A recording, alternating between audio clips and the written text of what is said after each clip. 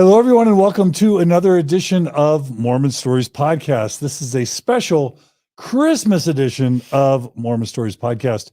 I am your host, Dr. John Dehlin. It's November 30th, 2021. Today, we have a very special episode for you. We are talking about Christmas after a faith crisis or a Mormon faith crisis. And we are joined in studio as part of our Gift of the Mormon Faith Crisis / Thrive series, the one, the only, Margi Dehlin, my sweetheart. Hello, Margi Dehlin. Hello. Thanks for joining us. Thank you for having me. I am so delighted that you wanted to come share with us your Christmas wisdom, because there's so many people after a faith crisis that are like, what do we do about holidays? What do we do about Christmas? And you, because you've been at this for 10 or 15 or 20 years, you've settled into a really nice approach to holidays and Christmas that I think those who are looking to fill that hole can really benefit from. So thank you for being willing to come and share this with us. Oh, well, I hope so. And I hope that's true. And I hope if it's not entirely true, that at minimum people feel seen and supported. Yeah. It's the season. Yeah. Yeah. We are also super excited to have with us as co-host and as partner, Carah in a Christmas sweater. Oh, this is just my regular, normal, everyday fashion. What are you talking about? Oh, ho, ho. Merry Christmas. Margi was saying how earlier, sometimes the holidays can just be a real downer. So let this sweater come into your eyeballs and just fill you with Christmas cheer. And if you're listening on audio, run over to the YouTube video real quick and then run back. I love it. All right. Great to have you, Carah. Merry Christmas. Merry Christmas, John. Merry Christmas, everyone. All right. We're also joined in our live stream, both on YouTube and on Facebook, with listeners. We really hope to incorporate your chats and comments. Carah will be monitoring them, and she'll share them throughout the show, questions and or comments. And we're also really grateful for everyone who engaged on our Instagram channel and on our YouTube channel and on our Facebook channel, where people gave ideas and tips and tricks and questions. We'll try to integrate some of those as well, but that's just been an amazing conversation that we'll reference at the end as well. So anyway, without any further ado, Margi, do you want to give us some background for what made you think of this episode? Well, quite a few things, but I would say just the general idea is moving away from what I would say either a religious framing or even a cultural framing, and feeling the need to do so. And then I feel like that's a very tall order for people. And so wanting to lend support, wanting to, I feel like, talk about ideas in a way that people can go internal with it and pick and choose and feel empowered to reframe or recreate a winter season. You'll see that I'm going to move away a little bit from the holiday season and more into like a winter season for a number of reasons. But if you're feeling, this is not for people who feel great where they are, in either a religious, frame or a cultural frame where you're just feeling great. This is for people who really are looking to make some intentional changes or feel complicated emotions that can make navigating this time of year tricky. So let me see if I can set the stage a little bit. So many of us who were raised Orthodox Mormon, we had our Christmases all about hopefully Jesus, about the nativity scene, about Christmas hymns, about going to church, about watching the First Presidency give their Christmas message, family get-togethers where the patriarchs rule and the women and children and grandchildren all fall in line. And what's not to love about kind of a traditional conservative Orthodox believing patriarchal Mormon Christmas, except that when I guess beliefs start to fall apart, you're no longer maybe believing in Mormonism. Maybe you're triggered by the patriarchy. Maybe you're not sure if Jesus was a historical figure. Maybe you no longer see the Bible or the New Testament as historical. And maybe all of a sudden, things that once were very comforting to you, like the structure of the patriarchy, all of a sudden become problematic. And family get-togethers become potentially problematic because now all of a sudden you're not believing what your family necessarily believes, your parents or siblings or whatever.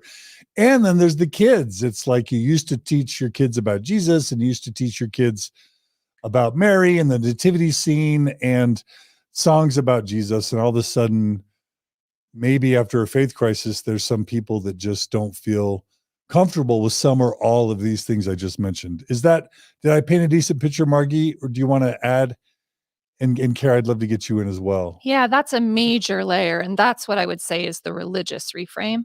I think there's also sometimes after the religious reframe can come a cultural reframe where people are less likely to, and the cultural reframe for me is like all the messages around happy families or happy gatherings or what your house should look like or what it should feel like when, Christmas morning and the gifts and, the kind of more commercial aspects of it. And I think that can fall away. And then the third layer that I see that's really important is just people's grief and loss. I think, we can start with kind of if we grew up in homes where holidays were celebrated in ways that felt safe and and jubilant, which in my home I actually did. Our holidays were, quite happy that way. But then through the years, you accumulate, things that happen around the holidays. And it's not uncommon to have people who have difficult memories around the holidays growing up or have had experiences of loss and death around the holidays. I think also, transition grief and going back to kind of those stories or where's the meaning or, it's just complicated grief. So it's kind of like a tri-layer for me. And yes, you may have one layer, you may have two, you may have three, but all these things can make the holidays a little bit complicated. I love it. Lots of listeners are saying they're relating. Some even say they wish they had heard this years ago. Carah, I'm just curious for you. You're only a couple years into your transition, and it sometimes comes in levels or waves. Like, has it just been Christmas as usual for you? Definitely or not. No? No. What do you relate to about kind of the problem we're setting up? Definitely. I loved Christmas because I loved Jesus and I loved feeling close to my Savior and listening to the Christmas songs and just feeling a connection with the higher power that Christ came to earth with this humble birth and rhyming various other things. And I used to take so much joy away from the holiday season. I felt like I grew spiritually every season. And then when I lost my belief in Jesus as an actual deity and savior of mankind, those holiday hymns that were so special and just everything, I don't want to say the word triggering lightly, but I can understand if some people would want to use that word. For me, it was the holidays felt like I was opening an empty present with nothing in it because it didn't feel like it had that special place in my heart anymore. And it just, every time I heard a holiday song, it made me feel really sad that I mean, if I'm going to be honest and speak my own truth, I was raised to believe a lie. So I was raised to believe things about this person, this savior that I didn't have all the information to actually believe in. And so it's just the sounds of lies. It's a hymn of lies. It has beautiful music. It has beautiful, artistry and so many things that have to do with Christmas, but it just sounds like a big, like heartache now when I think about Christmas. Oh, yeah. If I'm being honest. I don't want to offend our Christian listeners. yeah. I tried out the real Jesus that you guys were talking about. And for me, did not actually turn out the way that I was told it would. So yeah. Thanks for sharing, Carah. And we should acknowledge that not all people who lose their faith in Orthodox Mormonism lose their faith in God and Jesus. And I think probably for many, maybe there's less of a reframe because they're still holding on to God. They're still holding on to Jesus, New Testament. And for those of you of our listeners who are in that situation, we affirm you, we support you. We're not here to say, take Jesus or God out of Christmas at all. And I think there's still going to be a lot in this episode that's relevant for them as well. I think so. Is that right, Margie? I think so. Yeah. Yeah. But you're saying, Carah, for you, you're feeling pretty salty about Jesus and the New Testament and the Christmas story. Is that right? Yeah, I mean, part of deconstructing Mormonism, the first thing I deconstructed was the truth claims of the church, and then I went right into Christianity. And I noticed that Kelly Mikesell is in the chat, who we had on Mormon Stories a few months ago, and I've been highlighting many of her clips on TikTok. And she talked about how she wanted to start back to basics and just go through the New Testament and understand who Jesus really was. And I think that's an important part of every Mormon's process, whether they choose to go and become, a Christian and live out the rest of their life that way. But I think everyone needs to deconstruct who Jesus really was and what he came to earth to do and what the stories people wrote about him and what people said he said, and everybody has to kind of deconstruct not just Mormonism, but also Christ if they, and they can end up wherever they feel like the evidence leads them and their spirituality leads them. And I don't judge that. But for people like me, it was just as false as Mormonism to me. And it's really difficult to, it's Christmas sometimes is honestly just as difficult as if I were to sing a Mormon hymn, if I'm singing a Christmas song. Like it's that level of feeling like a betrayal. Yeah. Yeah. I think you represent an important part of our audience. I feel slightly different. Like, even though I'm not sure about, I come down on the side of feeling like Jesus probably was a historical figure, more likely than not, though I don't have any certainty there. But I definitely view the Bible as just wisdom and stories passed down over multiple generations. But I never got to the point where I was really angry about Jesus or even like certain he didn't exist. And so for me, I haven't maybe connected with some of that sadness and anger around Christmas because for me, I'm just like, oh, nice nativity scene. Jesus taught good lessons about being kind. It's a happy time. So I don't think I've ever fully connected with some of the grieving that so I'm not saying that as like a counter. It's only just to say maybe we represent different For sure. places along kind of the post-Orthodox Christmas believing spectrum. And I do want our audience to feel like there's room for all of you here in today's discussion. So we'll hold down different sides of the camp. Is that all right, Carah? Absolutely. Yeah. I'm holding down the sad all the time camp. And I'm the like, hey, Christmas is still awesome, but we got to tweak some things. And Margie, you've got your own camp. Yeah, I'm probably in between, honestly. I do think it was raw for me though, the first, few years out. And I think it's really hard to be a human being and then also being in a role of like a mother where you're feeling pretty responsible for Yeah. creating a holiday.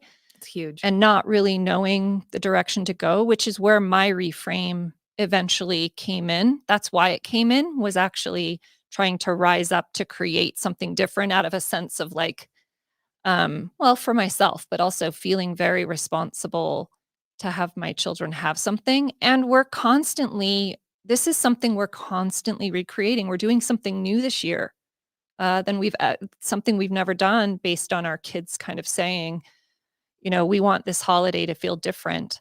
And just because culturally people are celebrating Christmas, how about we do something different? And we'll talk about that later in the podcast, what we'll be doing instead.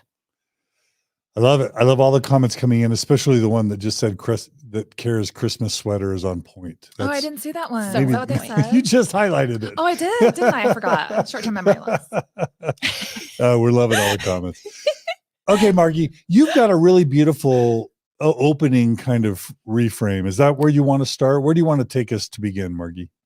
Yeah, I think it might be helpful. I don't know how much this will resonate for people. This is just something that has been helpful for me, is when you come into a season like this where it's really defined. Christmas is so, religiously and culturally defined, and it's like a day. I mean, at most it's sort of a month.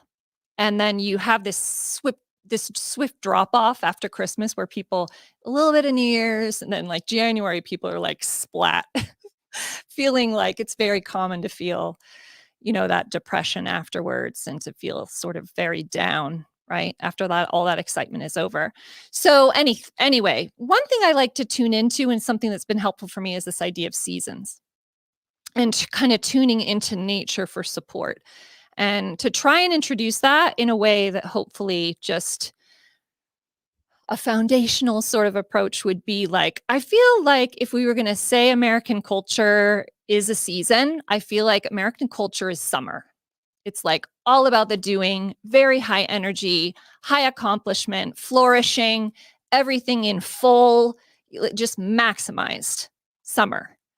And so what's problematic about that is I think we're not made to live that way. I think we are part of nature. And so what happens when we, kind of come into this season of winter with a summer kind of attitude is that we miss out, and oftentimes we can experience disconnects. And an example of that is with this happy kind of culture around Christmas. And then we actually are feeling sadness or grief, which is actually very winter season. It's very appropriate for the winter season. So we have something culturally coming up at a time of year when actually most humans naturally gravitate toward a winter approach as opposed to a summer approach. And I can go into what winter is, but this idea of seasons is a way of living and finding support in the seasons. So let me make sure I understand what I think you're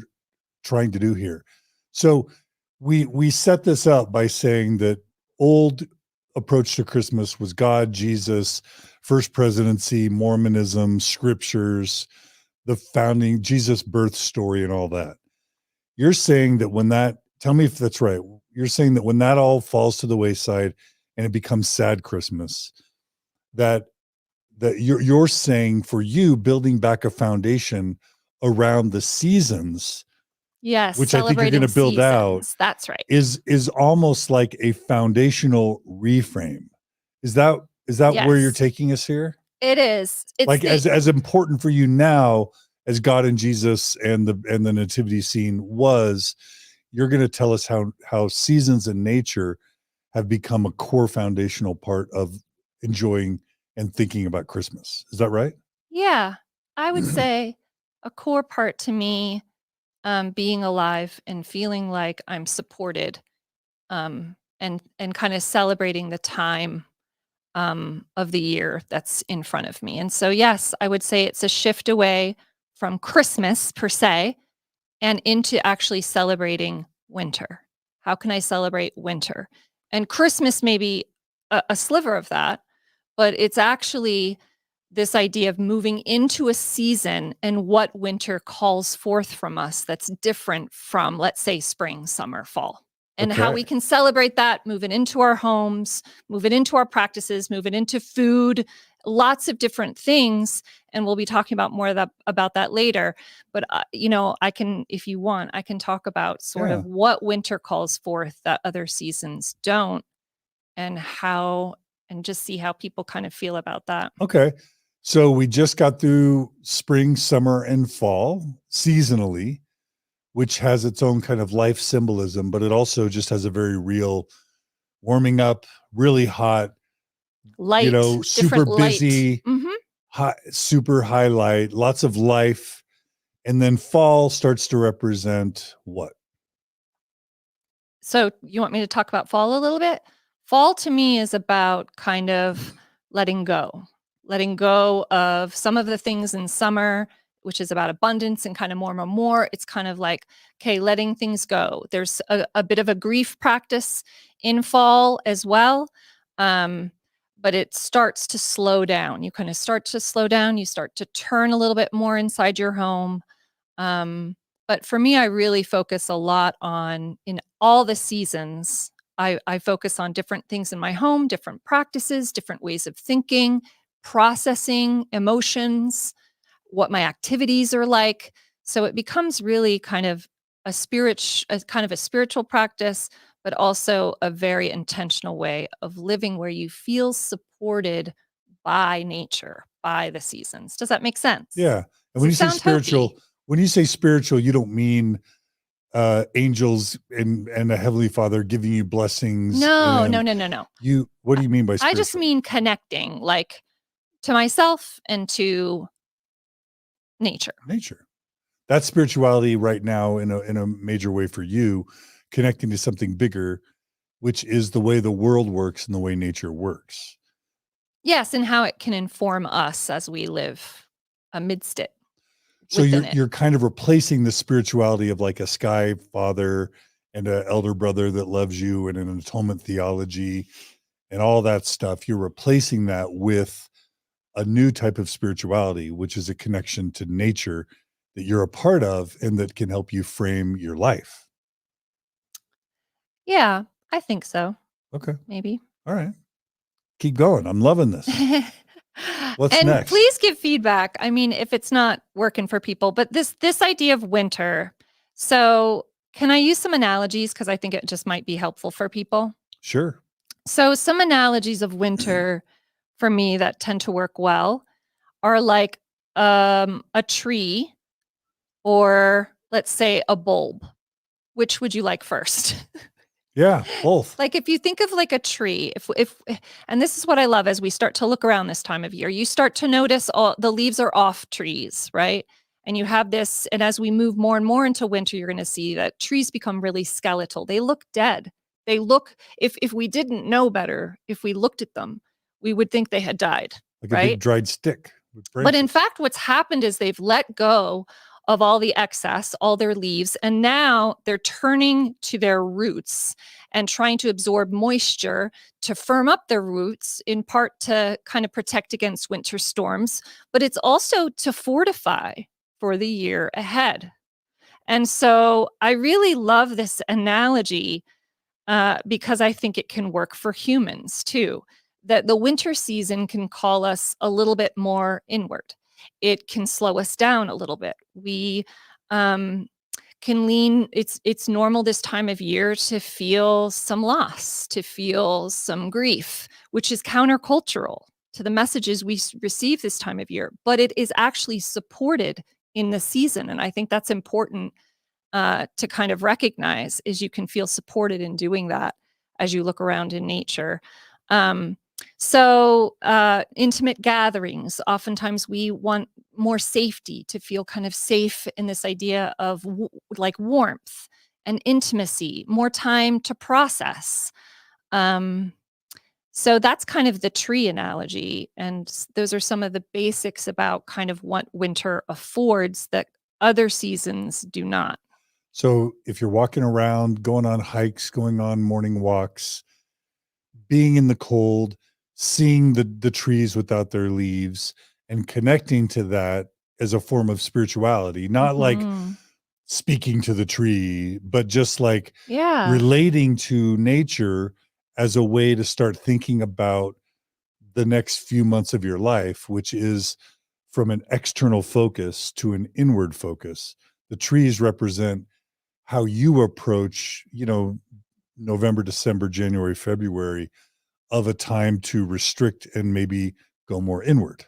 That's right, and slow down and, warm up and cozy up and to fortify your roots, your own roots, and what that would mean to you. So it can mean different things to different people, but what it would mean for you to take a moment to actually process things in the year that maybe you've been traveling so fast that you have yet to process. We gain things by grieving. We gain insight and we live differently when we take the time to actually process our experiences and what they mean to us. So, taking a little more time for yourself in the mornings, being a little bit more easy with yourself, creating softness in your home. We'll talk more about how to add winter in the add part of this podcast, what we're going to add. But there are ways that you can show up for yourself in softness, in warmth, but generally it's this season is very much about turning inward, reflecting, giving yourself time to process, really being with people who love you and nurture you and who are safe for you. And it's a time to read, it's a time to, you know, be outside and hike and see how nature is doing the same. Okay. Do you want to tell the bulb analogy? I really like that. Yeah, this a so the good place? bulb analogy is another nature kind of analogy that works here, where if you plant a bulb, when do you plant a bulb? You plant it in the fall when the ground has cooled. You plant it deep enough that this bulb is going to be dark and cold. So it needs darkness and it needs the cold. And again, if you were looking after you planted it, you'd be like, okay, so I planted this bulb and now there's snow over it and it's not growing. It's not doing anything. I don't see anything coming to fruition all through the winter, right? A month or two goes by. But what's happening actually under the surface is the bulb is slowly germinating. It needs the cold. It needs the dark so that in the spring, it actually has what it needs to flourish.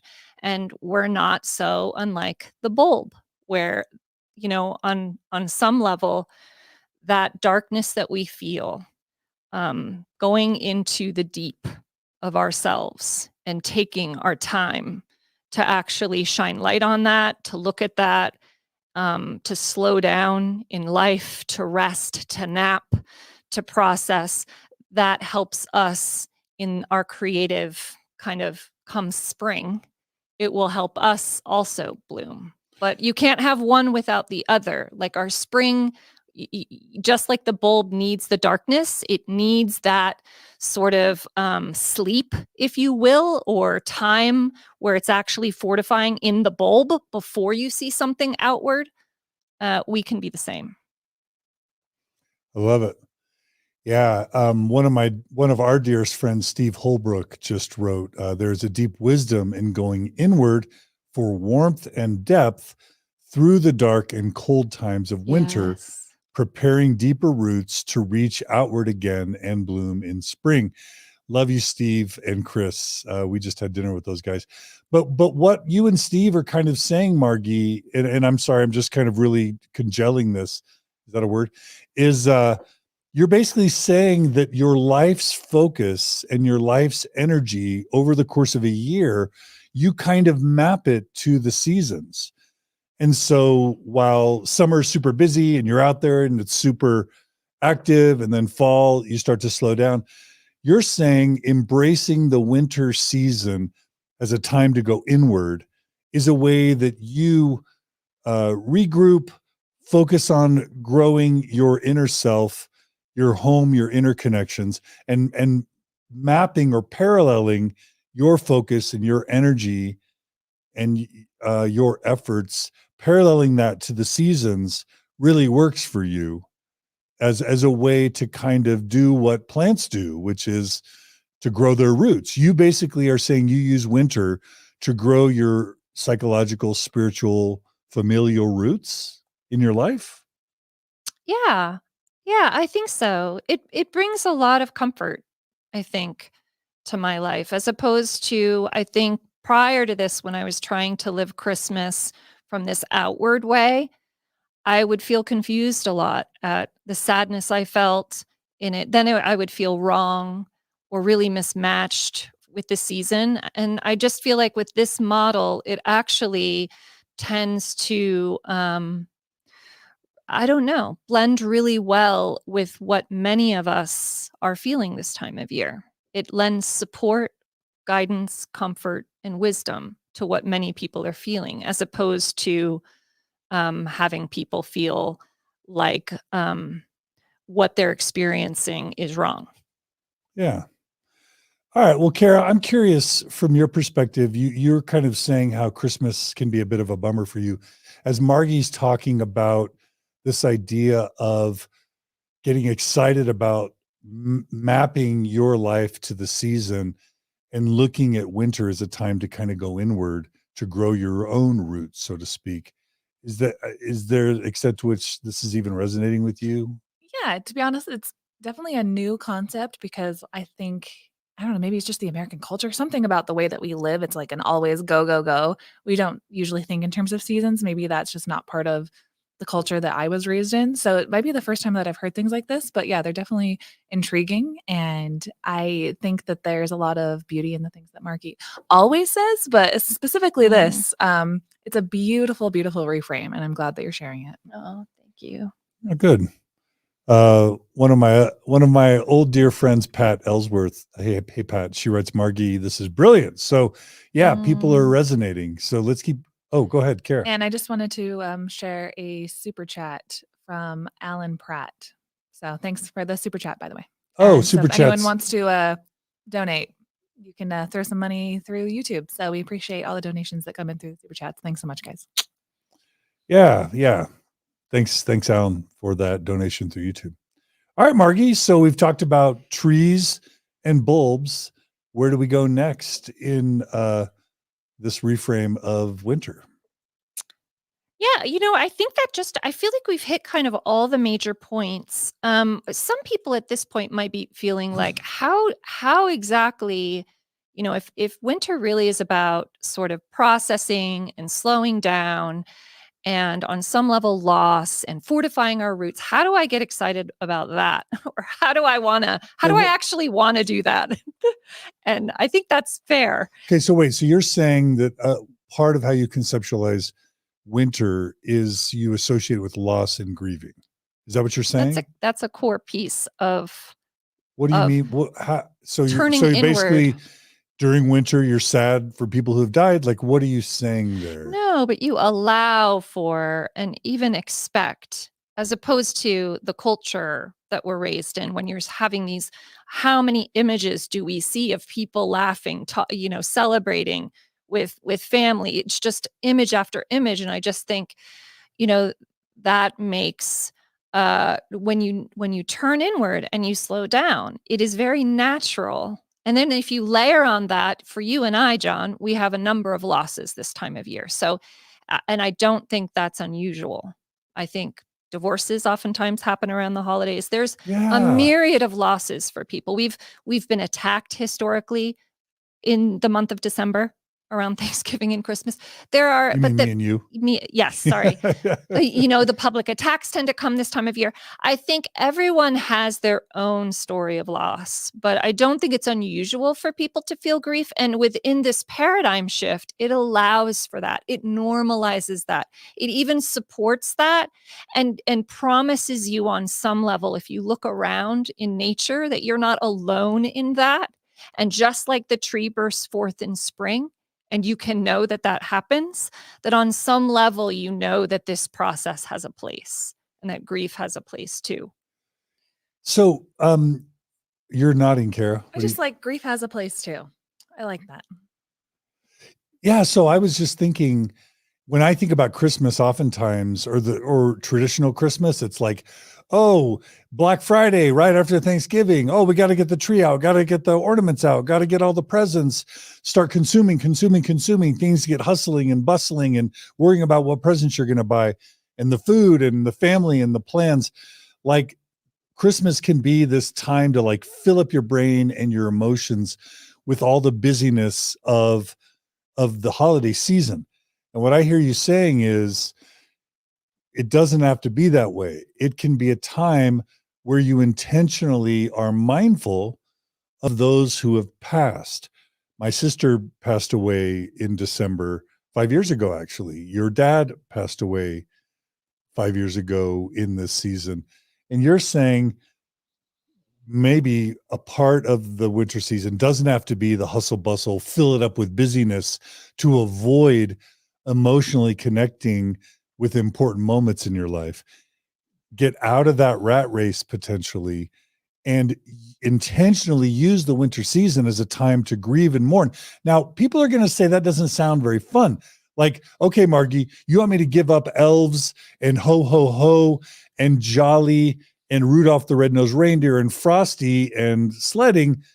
You want me to give that up for like being sad about people who've passed away? Where's the upgrade there? What would you say? Well, I have a couple things to say about that. I think grief shows up amidst the ho-ho-hoing. You can run, but you can't really hide from grief for long. So I would just say it tends to show up anyway. It's just whether you take time to take care of yourself and process it in a mindful way, or if you're going to try and avoid it, which our culture, that all you described, the hustle and the Black Friday and the summer. We love summer. We love in America. It's just like all productivity, yield, yield, yield, yield, yield. And I think, on some level, we can't go all year long. We're not designed for that. And rest is okay. Like, to slow down is okay. The world gets quiet in winter. There's less stimuli. Go take a walk in winter on a morning, and it's still and it's quiet. And I just think sometimes it's okay to allow for your life to feel quiet, slower, to do more of what you love that's comforting. So I'm not saying just to grieve all winter long. I'm saying to slow down and lean into what comforts you too, to lean into pleasure during winter as well, and to allow yourself some time to actually rest in ways that delight you. I'm going to say one thing that I deeply connect with about what you're saying is, to be honest, if you ask me, you know this, Margi, for me, and I think for at least some of our children, and maybe you, Christmas and sometimes Thanksgiving pulls sadness. Like, for me, when I think about many of the holidays, I'm not happy to say this, but I remember my childhood because my parents got divorced. There was always this choice in Thanksgiving or Christmas. Are you with mom or are you with dad? Oh, there's new step parents involved. Oh, fights happened in Christmas. Oh, there's some really traumatic memories of mom and dad fighting over Christmas and that really terrible trip we took to Waterwood or whatever it is.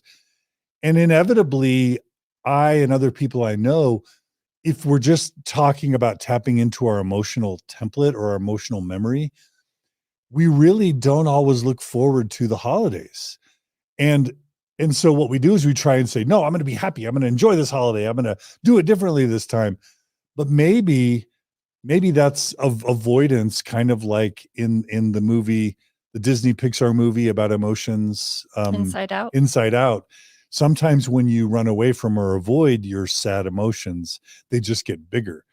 And so, there was a comment that was maybe a little bit contrary.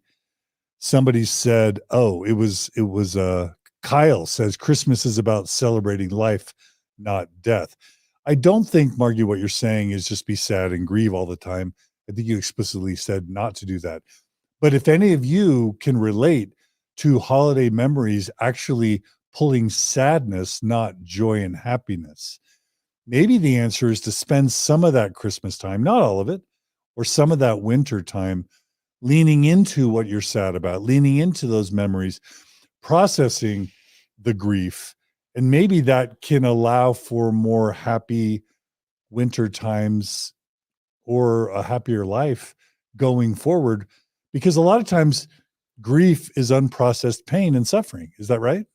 Yes, and there are gifts to be gained, I think, not just in processing grief. And I appreciate that comment on some level, because I don't think winter is solely about grief. So I don't want to focus overly on grief as if that's the point of winter. I think there are other aspects of winter too, like processing. How about processing experiences that have happened to you this year? What you've loved about your life, what you haven't loved about your life. Part of it is just quieting your brain long enough to reflect on your life, your relationships, what you love, how you're spending your time. That is how we live an intentional life. So grief is an aspect that comes up as we live. And normally when we quiet, it does come up, and that's why we're talking about it. But it does not mean that winter is a grieving season. Yeah. But you're saying the presence under the psychological tree of the holidays can be new insight and the processing of sadness or trauma that can lead to healthier, happier lives going forward. Those can be some of the hidden gifts under the reframed Christmas tree of spirituality. Yes. Margi / nature style. Yes. And just like the bulb and the tree, when you fortify well and you use your winter season well to rest, to process, to contemplate, to feed yourself in all the ways that feel good to you, right? Which may not be the exact ways that feel good to me, but in the ways that feel good to you, come spring, you will be ready to create. You will have new resources, new insights that you have gleaned during winter because you didn't power through winter like you did through summer, or you need, see how it all comes into play. So a well-attuned winter provides more nutrients and more blooming come spring. Beautiful. Love it. All right. Where are you going to take us next? So we broke this down, didn't we? We broke down kind of how we can approach holidays that allow us to feel a sense of reframing and allow us to feel empowered. And we came up with kind of three major points. And the first point was, Well, let's tell the three. Let's frame it. The first is what you eliminate. So what you get rid of. So in looking at the holiday season, if you're wanting to create a new experience for you and your family, that one really easy place to go first is kind of what's not working, what you want to eliminate for this year. So there's what you want to, so you're like thinking about all the traditions of the past. What you've done. We're not just saying throw it all out, kill Christmas, stab Santa in the neck, and step on baby Jesus. Wow. And did I go too far? Was that? Did you just say stab Santa in the neck? Sorry. We always go over our content rating, and we jokingly, it's an old joke that we do every single time we start, and John says G and I say X-rated. And now look what happened. Sorry. Let me start over. Rewind. So we're not saying throw Christmas in the garbage. We are saying do three things. Figure out what you are going to stop doing, right? Is that part one? What you eliminate. What you eliminate, because there are going to be things you eliminate. Yep. Let's ask our audience now, those of us joining us through YouTube and Facebook, to share right now some of the things that you're eliminating. Carah, you may have some things you've eliminated. Let's do some inventory of what you eliminate for Christmas, what you get rid of. The second thing we're going to talk about is what you keep, because we're not going to throw everything away. There's going to be things you keep. And then the third thing we're going to talk about is what you add. So right now we're going to pass into phase one, and this is good for the outline. Phase one, what you keep. All right. So Margi. No, it's what you eliminate. Oh, first. sorry. What you eliminate. That's the easiest for people to sometimes what you eliminate. All right, Margi. So you tell us first how you think about what you eliminate, and then Carah will have you jump in. Yeah, I'm really curious actually about things Carah. I'm processing in real time on live. Yeah. Okay. Well, okay. And Carah will I haven't thought about it yet. And Carah will incorporate comments from our audience. Okay, so audience, start typing now in Facebook and YouTube what you eliminate. So Margi, frame it for us. And we'll volley these because you can do this, right? Yeah. Okay, so one thing that you may want to consider editing for this year, potentially other years, but I like going year by year, are, religious themed songs, resources, movies, nativity sets, kind of religious themed reminders. Now you're not telling people they need to eliminate that. I'm saying you may want to consider, and the way you would know. Some people feel like they want to. Is that what you're saying? Yeah. The way you would know is how it feels to listen, to put those out, put the nativity sets out, photos or frames or certain books. I know for us, we had to edit our holiday books. And so taking the time to kind of think about religious themed reminders during this season. And if it's not you, awesome. These are just suggestions, right? Yeah. So that's one thing that I find people often have to eliminate, at least for a time. How about you? Yeah. There's a lot of people typing in, I think. Carah, do you want to say what people are, the nativity thing is triggering for a lot of people, right? Yeah, I think that's quite common. Yeah. Anything you're seeing popping up, Carah? Yeah, you highlighted most of them. Okay. Which I have similar feelings on, nativity scenes, just general decorations around the house that are a little too Jesus-esque. Yeah. And just more like holiday themed, more just, more neutral a little bit. And then, yeah, I'm still struggling between what Christmas songs I listen to. Cause like I said, they kind of are like, so still thinking about that one, but what do you got, John? Yeah. So some Christmas songs you kind of want to eliminate. Is that what you're saying, Carah? I don't know if I've gotten there yet. There's some jams, there's some real good ones. I was singing Christmas songs all day yesterday, annoying the heck out of John. So well, no. So I still love it. Why did you never annoyed me? What are you talking about? I was very annoying, but I can't physically annoy John. I'm too charming. No, just kidding. I was singing like Jesus-y Christmas songs pretty loudly and annoyingly yesterday, and John didn't tell me to shut up. He's a great boss.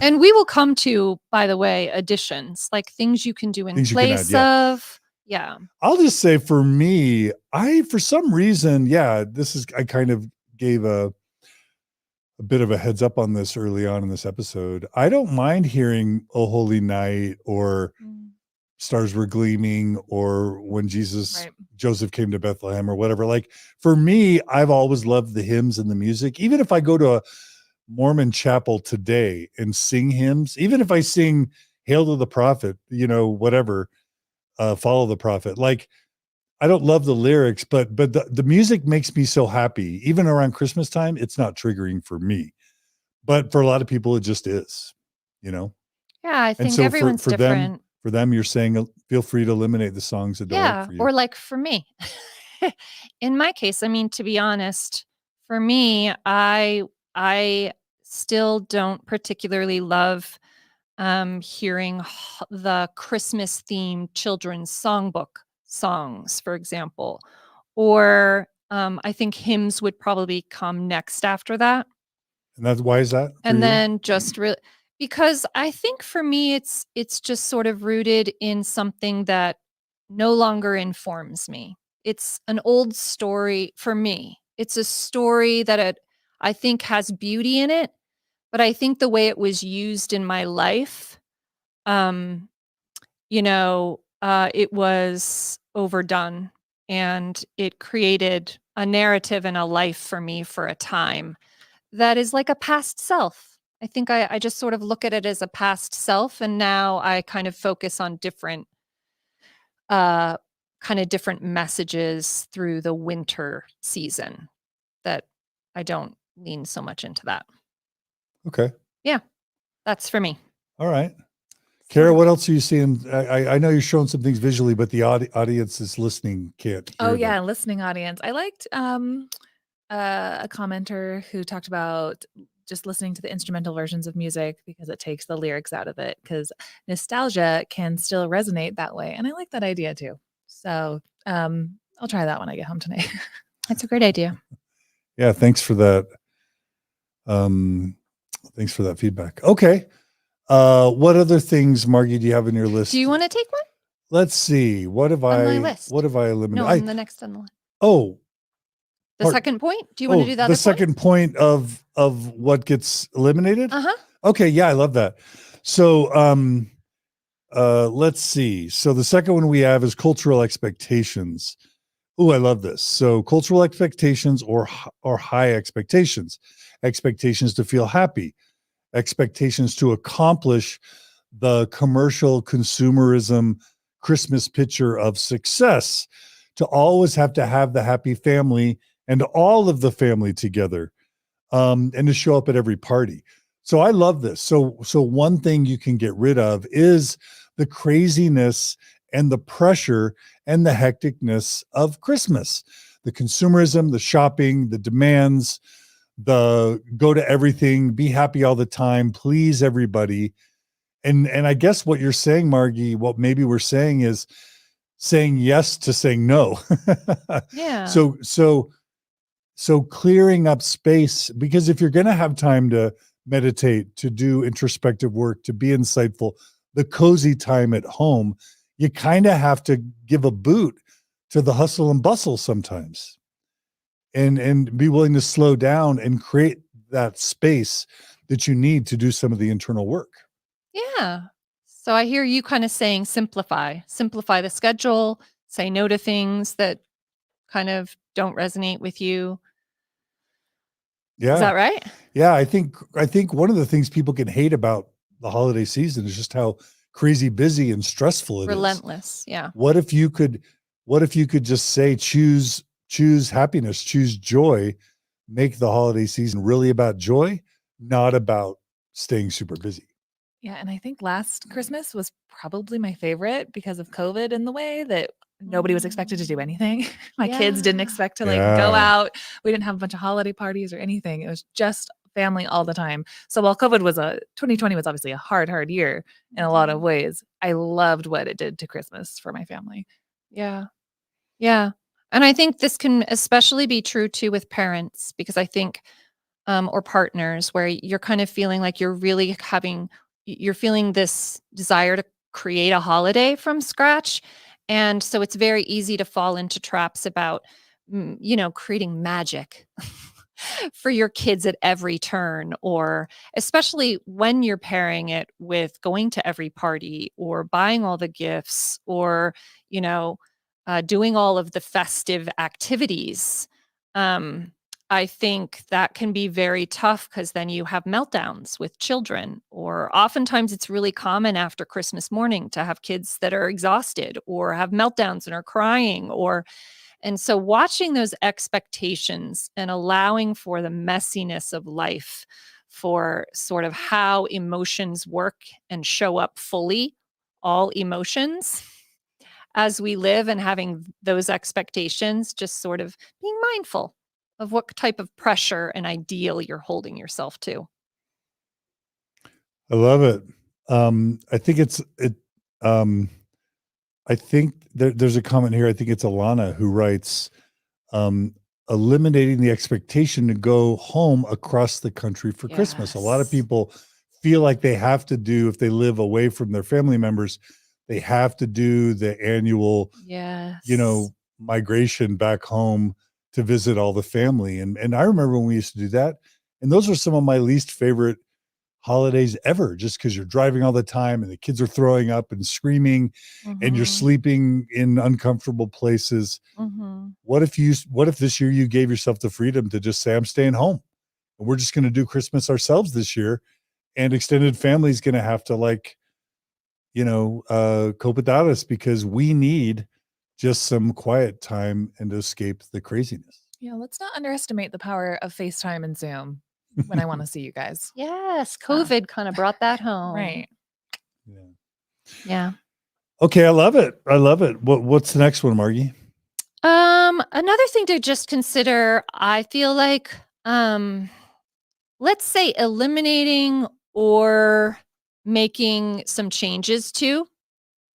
So it could be also an ad, but we'll put it under eliminate, is kind of unhealthy family gatherings around religious themed things, or things that you just never have enjoyed, but or particularly this year feel tender, or where things feel strained. So any event basically that you're going into feeling really sad that or stressed that you're going to, I might consider either eliminating some of those, at least put it on the table as to whether you go, or that you create boundaries and some ways to navigate doing those things that honor you too.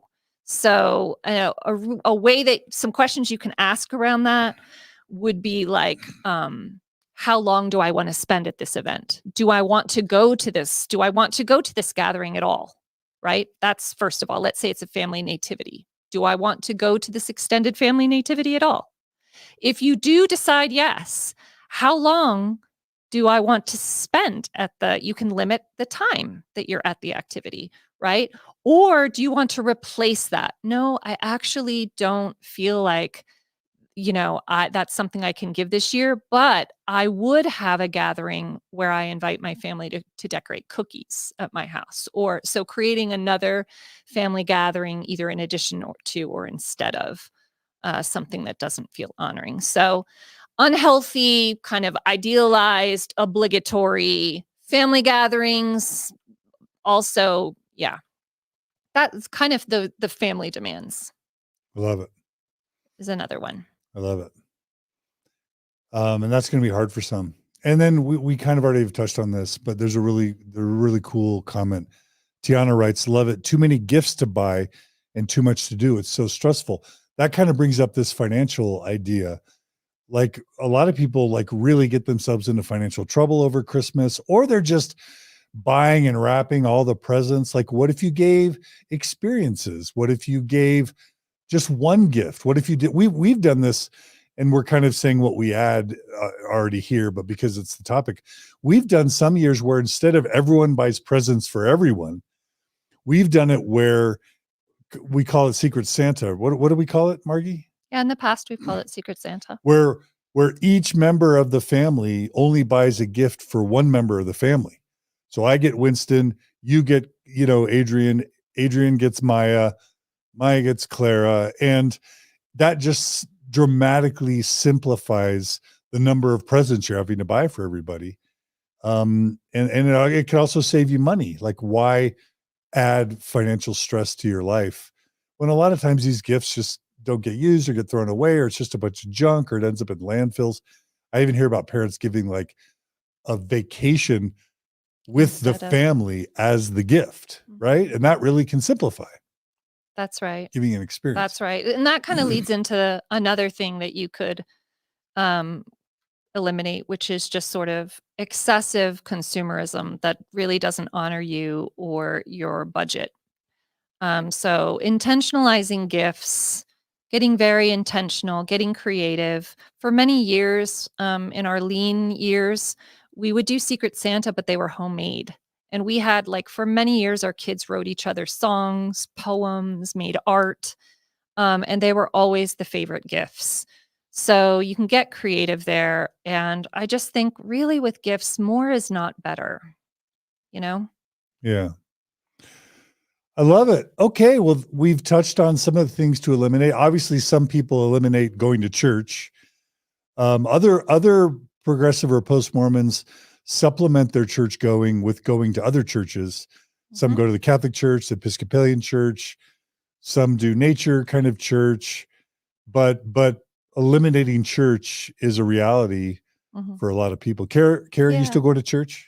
Do I still go to church? On Christmas? No, but that's actually funny that you ask, because I honestly do have so much not happy feelings around Christmas for so long that I wanted to do something that was exciting for me. So in the years leading up to my faith crisis, I decided every Christmas we would go to a different denomination's church. And I did one, and I did it was like an evangelical type church down the street from my house that had great music and everything. And I had a place for the kids to go during the main meeting. And I was like, this church is free true. babysitting. Oh my gosh, And like, that was the treat that made the Christmas so much fun, was going to a different church and seeing their different traditions, listening to their music, their band. Great idea. And that made me feel so much better. And then I talked about it on Facebook, and like half of my Mormon friends are like, cool, we've done that too. And then the other half were like, you were sounding like an apostate. I was like, you just wait. But anyway, so even something as simple as, finding something that is different that we haven't done before this year that I'm looking forward to, that in my Mormon self, I never gave myself permission to go to a different church. But I was like, if I say I'm doing it at Christmas time, all the Mormons will understand. Joke's on you. I'm also losing my faith. Anyway. Yes. And also let your kids be part of this. I mean, it was always really interesting to me when I brought it to my kids. Hey, here are all the things we do, like reading Christmas stories and really spelling out different options for the holiday season. And it was always interesting to me, the things that my kids would say, I don't really need that, or I don't actually enjoy that, or let's not do that. So I always found it to be really an important piece to have your children feel like they have a say in the holiday too. I love that. Yeah. Love it. I'm curious for you, Carah, is there anything this year that you just kind of know in your brain you want to eliminate? We're moving to elimination? Oh, no, we're still we've already done elimination, okay, basically. Sorry. To be honest, I mean, my kids are 7, 5, and 1. They do not need anything. They don't need a single thing. Their entire lives they're in their little kid brains are wrapped up in, how can I get more toys in the house that we already have enough toys in? And mom wants to just throw away all the toys because you guys are, brats and you don't deserve anything else. So they have their little brains wrapped around Christmas and making the Christmas lists, which is very cute and traditional. But I'm trying to explain to them that capitalism is a death cult. We're all going to die if we keep up this Yeah. consumerism, that like we need to be thinking about what traditions we can incorporate this year. So we're putting up the tree tonight and I want to make that a family activity, but I don't want to encourage any more acquisition of things in the house. But I don't know how to break that in their little 7-year-old and 5-year-old brains. It's really, really difficult. They're so tied to material things, and they think Christmas is their one time. They just get to like get everything their heart ever desires. And I've never taught them that. I just think culturally that's still come into their brain. I've never given them huge Christmases. They've always gotten 3 gifts or less. So I'm trying to figure out a way to eliminate a lot of that,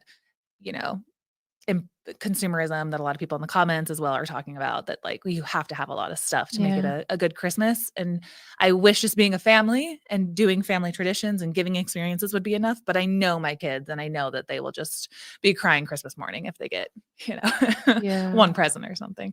So that's still a big mystery. I don't know how to figure that one out. That struggle is real. Everything Carah said, and the position that capitalism is a death cult is not the official position of Mormon Stories or the Open Stories Foundation. And we welcome people who like all sorts of economic systems. Shout out to our pro-capitalist listeners out there. Thanks for your donations. Appreciate you. Couple comments from listeners that I'm loving. Some of this it falls in other categories, but I think we'll miss them if we don't mention them. LC writes, the best holiday we ever had was going on a cruise. That fits in the what to add section, but I like it anyway. Same with Tyler. Tyler writes, volunteering for a community cause can be an excellent replacement for church. I love that idea. And then, Carah, I think the comment of the episode is from John Sargent, who writes, love your cozy Christmas sweater and cute braids, Carah. That's your favorite comment? Thanks. You just made my Christmas. All right, Margi. So that's what to boot. What's part 2? So part 2 would be what you keep. Okay. So basically keeping the idea of what you keep would be things that feel like they're adding value, or they honor you, or on some level help you create a season that feels like you. Okay. So we kind of went through some of the major things that we kept. I think we should just kind of shoot through, and I'm curious if Carah I love this has part. any additions. So these are things that you know what? Okay, wait. One last thing. You know what's funny that we eliminated, John, is this is going to sound extreme, but with our children, we did not have Christmas on Christmas Day. Do you remember that? Yeah. So we had Presents Day after Christmas Day. Okay, this is how tedious of an Orthodox Mormon I was. I was so frustrated that Carah, you're going to laugh at this. Are you ready to laugh, Carah? I'm reading John Sargent's comment again and again. I am laughing all the way. Yeah, if you comment, Carah, it's on repeat, John Sargent. If you comment, Carah, she stops paying attention to the episode and just like smiles at the compliment. Wait, so John, no, stop, John Sargent, stop distracting Carah from her job, please. He said, "All I want for Christmas is Carah as my Christmas mascot." Okay. Thanks for the qualifier. Can we get you back now, Carah? I'm listening. Yes. Okay, no, I'm joking. Carah, this is how tedious. I don't know if you can imagine me this way. You probably can because of the way I'm a boss, but this is how tedious of a Christmas Grinch I was. It wasn't a Grinch though, ironically. Okay. Well, let me frame it, then you can soften it. So I was so frustrated that every Christmas would come by and we would never think about Jesus. And it was all the kids only cared about presents and food, that I declared in the Dehlin home for probably 15, 20 years that Christmas would not be celebrated on Christmas Day. That presents would be opened on the 26th, that the best we could do on Christmas Day was open one present. And during Christmas Day, it was all about Jesus, about family time, about a Christmas movie.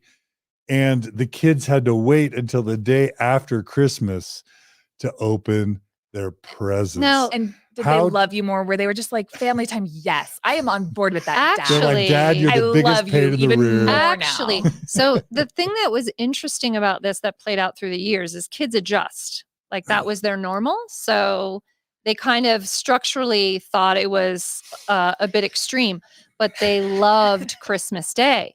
because Good. Christmas Day, we woke up, we made this really delicious breakfast. That Secret Santa gift was opened. That was the one gift they could open. It made it the most Oh, that's not special so extreme. gift. That's good. It made it the most, like it put it front and center. People, so all the kids were motivated to make the gift super special. We then went usually on a hike. We had a Christmas movie, and then we had an amazing Christmas dinner. And what happened slowly was the kids realized they actually were happy without the gifts. So before the gifts day, they were like, hey, we actually had a good day without gifts, but we did eliminate that amidst our faith transition. So that was a funny thing to eliminate, was we actually open gifts on Christmas Day. So the kids were like finding that very amusing, that then they were like, wow, I'm like 16 and I'm opening a Christmas gift on Christmas Day. Anyway, All their friends They have were entered the just like, oh, mainstream. great. All our friends got all these cool gifts and they're telling us all about it. And we have to wait till tomorrow. Thanks, Dad. anyway, Yeah. it's amazing they love us at all. Okay. Well, I think they're working through that right now. That's they're part deciding. part of our kids' Christmas grieving and therapy is having us as parents. Our right? children Right, Margie? are openly processing this winter Can I just say how that they grew up in our home. this reminds me? There's a wife swap episode about a What? Mormon family. You're who going to bring all of swinging the into this, Karen? wife swap Wife episode. swapping. It's a show. Yes. It's called Wife I Swap. know what you mean. Thank you, Margie. Oh, Ignore okay. them. Okay. Me and the gals are talking about reality TV over here. And there was an episode where there's a Mormon family that all of the family members had to celebrate their birthdays on one day a year. And when they swapped, the other wife was like, we're not having this. And it just makes me think, like, I don't know, maybe we have well intentions about, like, let's just put things together. But then your kids just, they end up in therapy and probably have other issues, So it's like, I don't know what. I hope What the hope answer everyone's is. doing well. Cheers. Yes. Peppermint tea for all of us. Okay. So Back to what we're keeping. So we Let's go through love it. music in our home. So music is the first thing we're keeping. So what are the music that we played before that we continue to play? It used to be Mormon Tabernacle Choir Christmas songs. Those, for me, I used to love those. At the You're not- holiday? For me, Oh, but so we had to boot that, right? A little bit. so that's the eliminate. Yeah, but I mean, now the music is what? It's like Carpenter's Christmas, Michael Bublé. It's Merry Christmas. that's right. It's I love Diana Krall, Christmas. John loves Straight No Chaser, Nora Jones. We love Nat King Cole and Burl Ives. There's like a classic Christmas kind of thing we love. All the Rudolph the Red-Nosed Reindeer and Frosty the Snowman songs. They Charlie still- Brown, the Charlie, like- instrumental. George Winston, Charlie Brown, Christmas. Yeah. There's Hard Candy Christmas by Dolly Parton. That's my family's favorite song. And if you're talking about like a grieving song, that one's about like, I'm just going to go pack my bags. I'm going to go learn to sew, but I'm getting out of here. So that's a great one for that winter grieving process you're talking about. Hard Candy Christmas, Dolly Parton. Wow. Have you heard that one?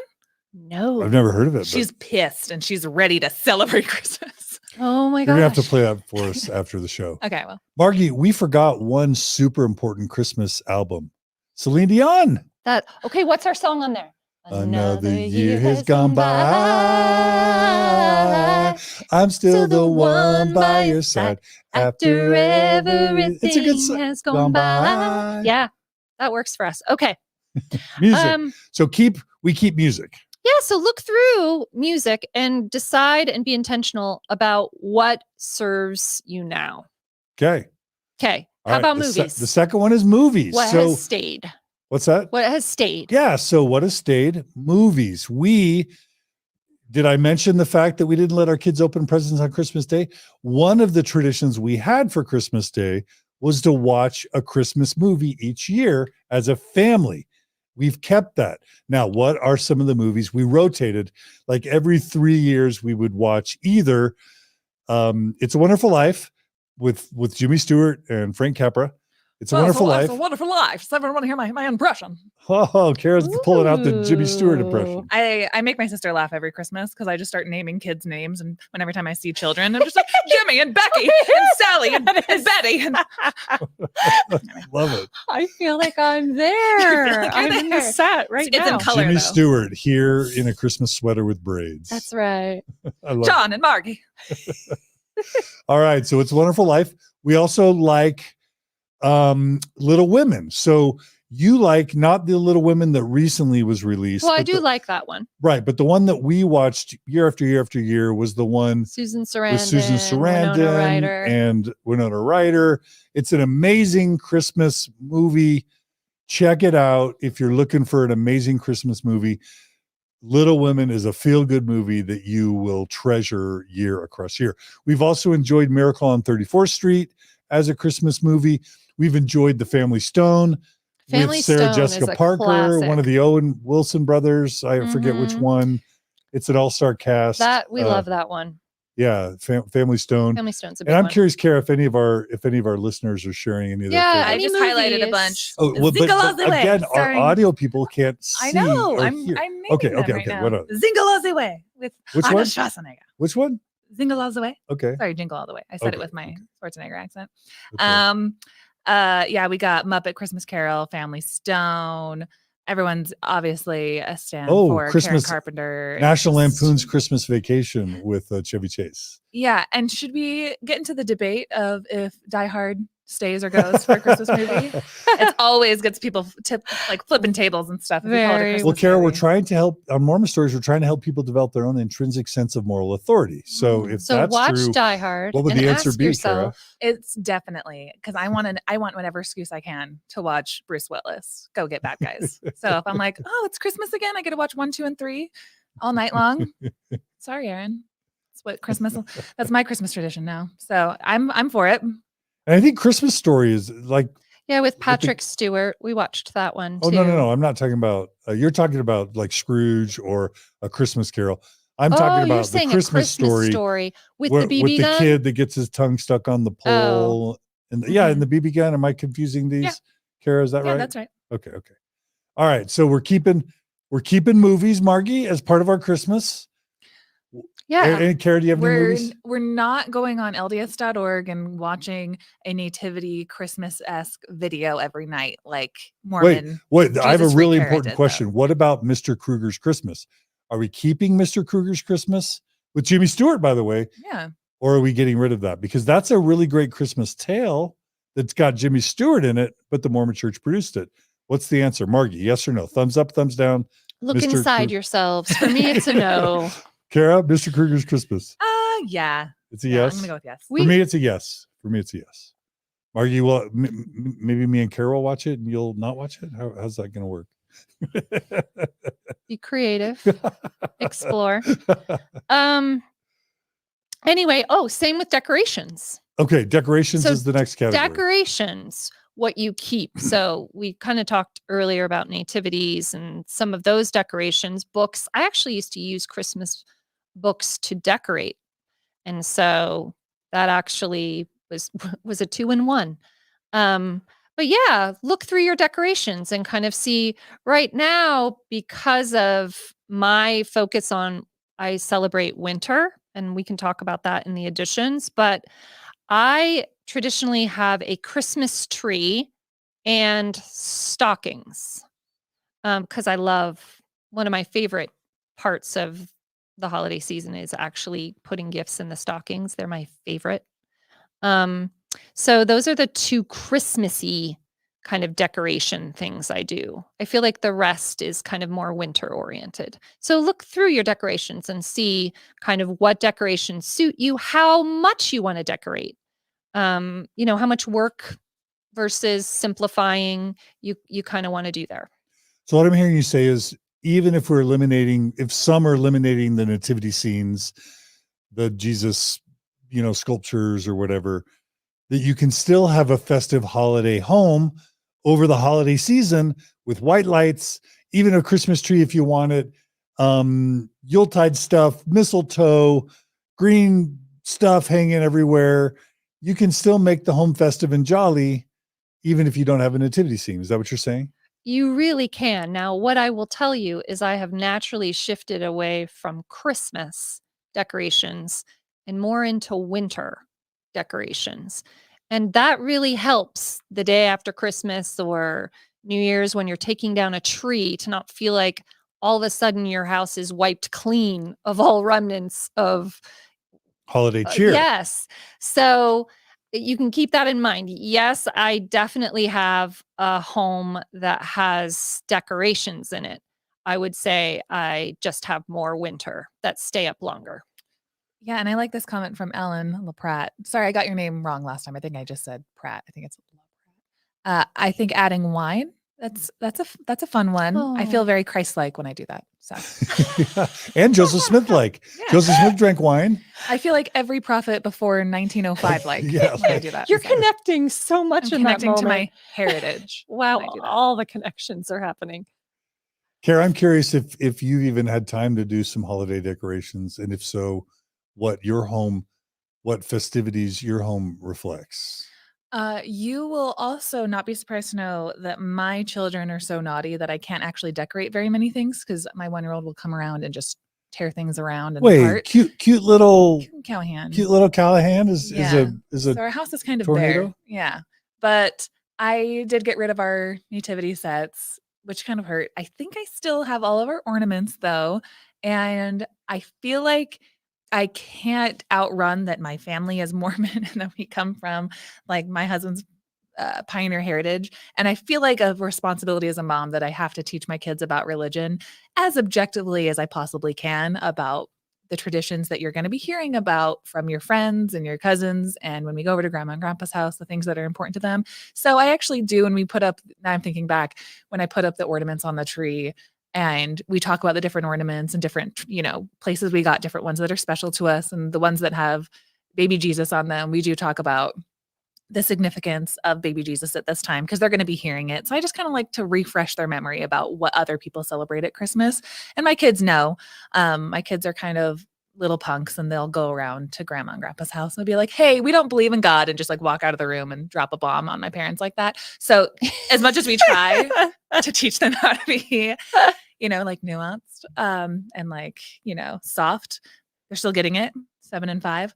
But that's the theme. That's what we're going with. That's my ideas at least. But I have a question. Do you mind if I ask Margi? No. She's got such a good brain. And And the soul. number one question and I think spirit. parents want to know is, when do you tell your kids about Santa Claus and the truth claims? When do we break the truth claims about that are not what we thought they were around Santa Claus? Because it feels like my kids know that I'm always going to be very truthful with them about religion and they know that we just came from Mormonism. And now I am just spinning a web of lies about Santa Claus and elves and their behavior and Elf on the Shelf. And I feel like I'm a two-faced mom over here. And I don't know what age they're supposed to know the truth about Santa Claus, Well, Santa kind of fell early in our house, unfortunately, because we had a child that was just like, tell me, is Santa true? Tell At me, what age? are you being honest? I feel like this is the same child that was like with Noah, had the Noah story where she's like, wait, God created Noah. God created the people. God created the animal. And then God killed all like her brain was just, I feel like she was like 4 or 5. So that ended kind of early, the way that went down in our house. Are you feeling good about, are you feeling on the same page where it's something you want to keep doing? This is where She's asking you to go internal, Carah. If somebody asked why even tell them about it in the first place, well, first of all, it's just like culturally, it's fun part of childhood, I think, that I don't want to take away from them. Just because your mom's like a cold-hearted atheist doesn't mean I have to like ruin Christmas from the time you're born. Like, kid, there's no God and there's no Santa. I don't want to do that to them. I still want to let them have some Christmas magic, and to a certain, developmentally correct age, because my 7-year-old is asking a lot of those You're basically questions. saying keep Santa. That's basically what you're saying. For her. Santa. For her. I'm trying to figure out because there's a lot of, that's like if you read to Jesus and get rid of Santa, like I don't have anything else left. I don't have anything else. You got to titrate the pain and suffering. So throw out Jesus, keep Santa. Thank you. Yeah. And Soap and Clay said that their kids are watching right now and Santa is fully real. And that's what I'm trying to say, is how much I tell the kids about the reality of Santa and how great he is and that he exists, and all of the things that we talk about with Santa are very much true, kids. So anyway. And our answer is look inside, Carah. Look inside. What does your spirit tell you should do, Carah? We'll talk after. Yeah. I was just going to say, because it's all, everything with religion, Santa, it's all just like a behavior modification mechanism in a lot of ways. And I don't get the behavior to me. What I would say, can I tell you something that I would say about Santa? I don't love the naughty and nice part. You get presents if you're nice. Yeah. You don't get That presents sounds if you're familiar. naughty. Only because we want children to have healthy ways of viewing their emotional landscapes, that there aren't good emotions versus bad emotions, and that they have to be like aspirational to get And the performance thing. equals worth. That's right. Hustling for As worth. opposed to, Yeah. so if it's more, and that's something that, you know, on a level, I feel like you're probably going to have to touch point often as your kids get older, right? And then how you do it. And if you do it one by one, when they kind of max out, what we found is just it happened at different ages with our kids. You have to keep it a secret. from And the we other never did a siblings. ton with Santa. Like one thing we did was slowly phase out Santa because I started feeling worse and worse. So that Santa only gave one present and then mom and dad gave the rest. Yeah, what's up with that? I should get some credit. So over time, Santa just naturally kind of left the room. But this is something that I think, yeah, you have to kind of connect with yourself, and it's probably ongoing, and try to be easy on yourself, like with all the, and yeah, we can talk more after, you know, since we have an audience of diverse ages. That still believe in Santa Claus because he is real. And if that is one of you, welcome. Couple really comments that I'm loving. Mark writes, Yule Fest is a better name. So he's replacing the term Christmas Yeah, things like that can. with Yule That's Fest. great. I love that, Yule Mark. Fest. Pat, Festivus. shout out to Pat. We love you, Pat. I'm having problems clicking. Pat writes, my home is turning into Whoville this year.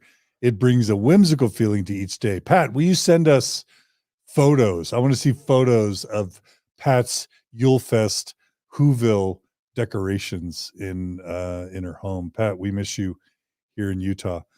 John says he has a cat like Callahan that basically attacks all of his Christmas decor. Yeah, what am I going to do? Decorate a Christmas tree that only has decorations halfway up Yes. so my son can't get them? Uh-huh. What did we do with young kids? Did we put like a gate around the tree? What did we do? Did we only put decorations like higher up on the tree? I know we did something. We were always childproofing our home with our kids. Yeah. Do you remember? You don't remember. Anyway.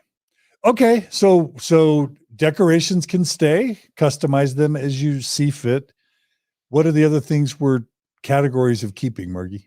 We kept festive food, like food Yummy food, traditions. So yeah. like the breakfast that we always did, or some of the treats for the time of year. You basically keep all the decorating food, sugar. right? We can keep all the food. There's no Yeah. food that's too tainted. Does any food get tainted with No, but you may want to losing a simplify faith? a little bit. Like I do feel like sometimes as you're breaking down one structure, you break down more than one structure. So, you know, you can edit out some of the more aspirational meals and kind of simplify as you wish. That's a question I'm giving to our YouTube and Facebook audience. Is there any food, Yuletide seasonal Christmas food, that you have to get rid of after a faith crisis? Can you think of anything, Carah? Like, I mean, green Jello. Like, what food is so Mormon that you've got to get rid of it over Christmas? I can't think of anything. Plant further into the funeral potatoes. Are you kidding me? Yeah, I need to eat my feelings more this time of year. So we're keeping green Jello and funeral potatoes. We're keeping it. You can also keep family traditions around that time of year that work for you. So if you go ice skating or if you read certain Christmas stories, I know my sophomore in college just told me, I'm going to come home and have you read me all the Christmas stories. So that tradition will stay this year. But, you know, keeping the family traditions that mean the most and are worth your energy and effort. So those are other things. Family gatherings, or let's just say social gatherings where it feels good to you. So one thing we prioritized this year was time with our chosen family. Like you want to keep those things in the holiday season that really, really work well for you. Let me make sure I understand what you're saying and that the audience knows what you're saying. So you're saying there's family of origin, family of blood, and then you're saying family of choice, which are basically non-family that are like deep, close friends. And you're basically saying spending time with dear, beloved friends that may not be family, but that probably feel more like family should than sometimes family itself does. Is that what you mean? Yeah. I mean, just focusing on those things, the socializing that really meets your needs is how I would put it for the season. As opposed to like a ton of like an office party or these huge parties that you can go to where maybe the connection is a little less gratifying, or maybe that feels really festive to you too, and that's great.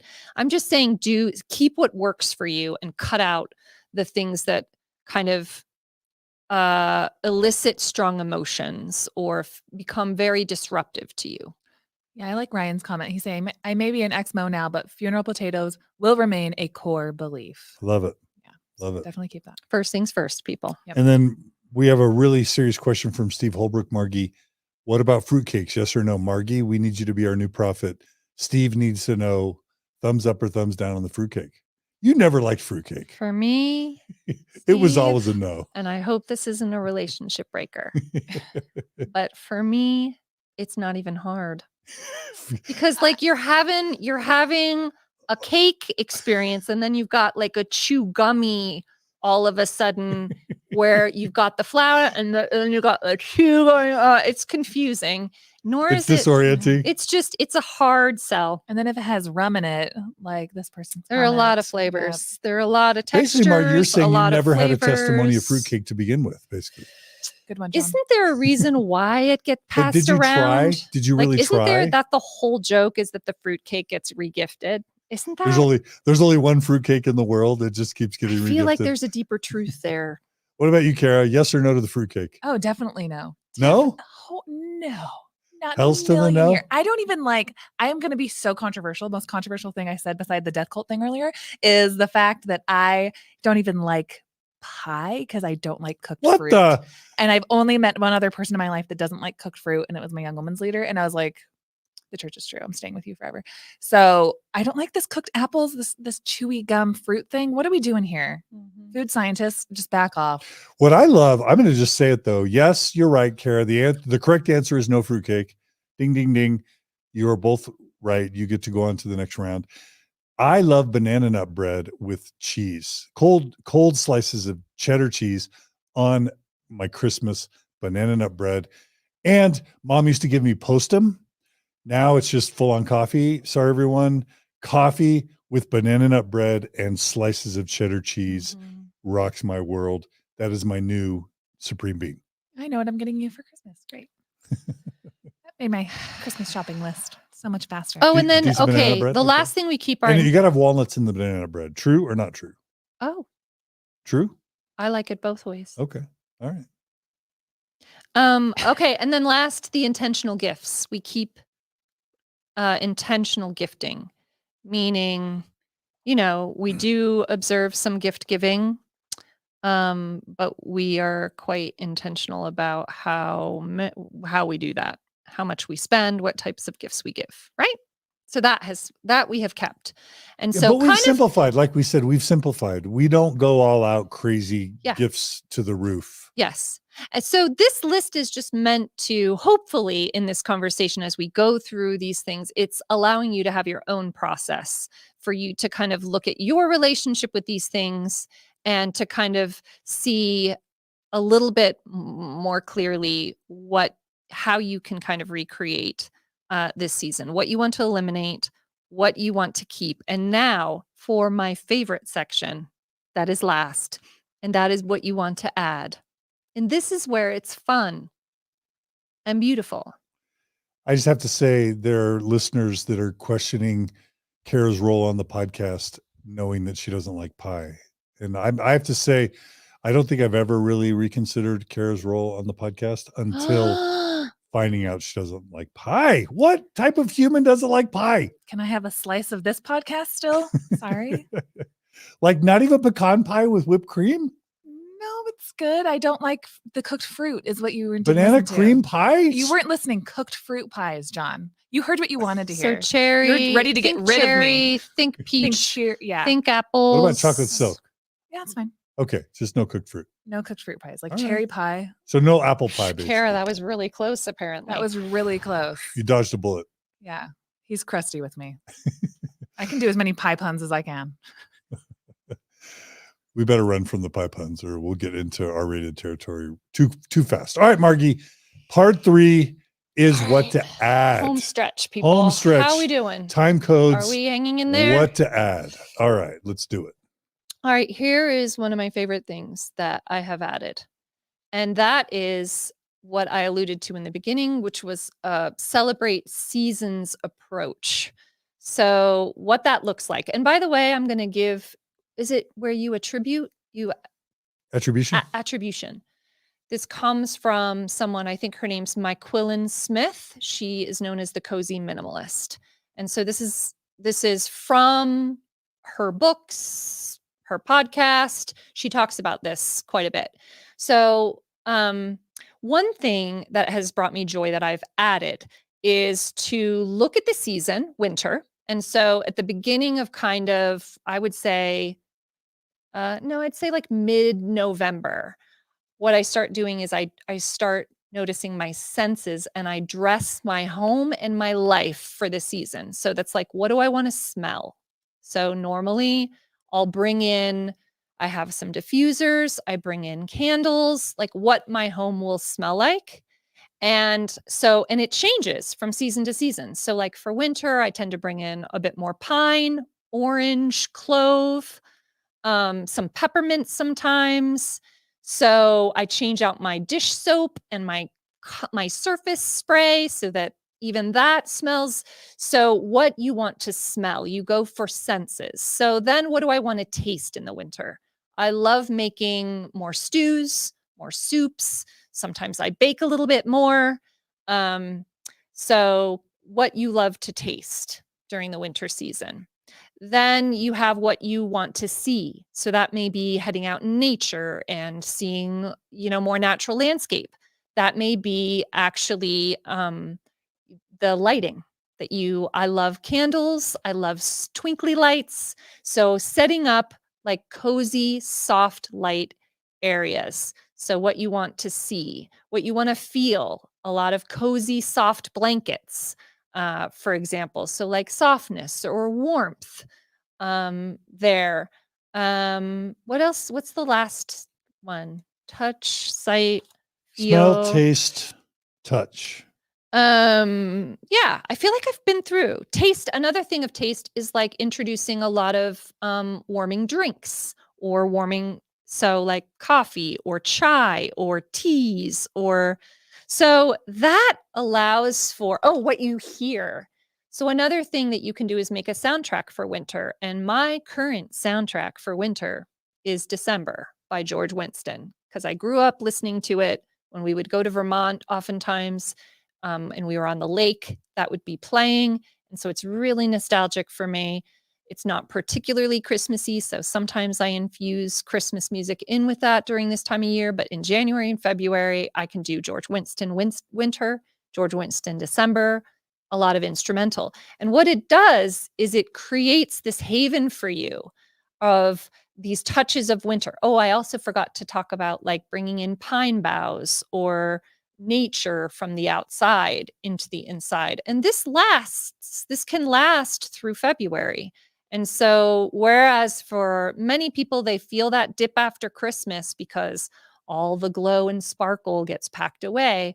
In this case, most of my decorations stay, and not in a cluttery way.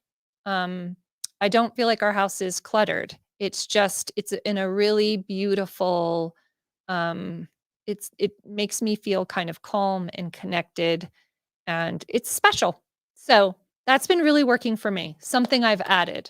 So add a little winter to your home, to your life, to your experience. I love it. Okay. And so taste, smell, sight. Yeah. You are really about the senses. I am. I find that for me, they connect me to the present moment. They take me out of my head. So it's a good thing for a brain like mine. You also really, really love the smells of winter and fall, right? Like when we go on walks, you're always commenting on I the do, but I smells. also love spring and summer. They've got great smells too. And this is the thing, you get to change it. So come March, I mean, it's fun. It can be fun. Yeah. Yeah. So that's something I've added to this season is that approach. Yeah. You've always got these little essential oil things, diffusers pumping Oh good my smells gosh. into the They are the my air. jam right now. I am all over them. Anyway, it's the This little is not things, an endorsement people. of It's the doTERRA little or Young things. Living. So that's an addition. Do you want to share an addition? Yeah, a lot of people, Carrie, you can tell me if I'm wrong. A lot of people are adding beverages. So a lot of people are saying tequila, wine. I think Mark Fuentes is saying cinnamon horchata. A lot of beverage recommendations. I'm going to look this through. I love hot drinks. I Yeah. am like, so I'll have to look through this list later. Yeah, so many good suggestions are coming in. Spike the eggnog. Eggnog, right? Yeah. Somebody had a great comment that you make sure not to buy pre-spiked eggnog because they don't use high enough quality alcohol. So these two people don't drink. I do. So I just want to make sure that the Mormon Stories listeners, if that is what you're into, it's a good life hack, a good tip. I want to make sure that our listeners take away from today.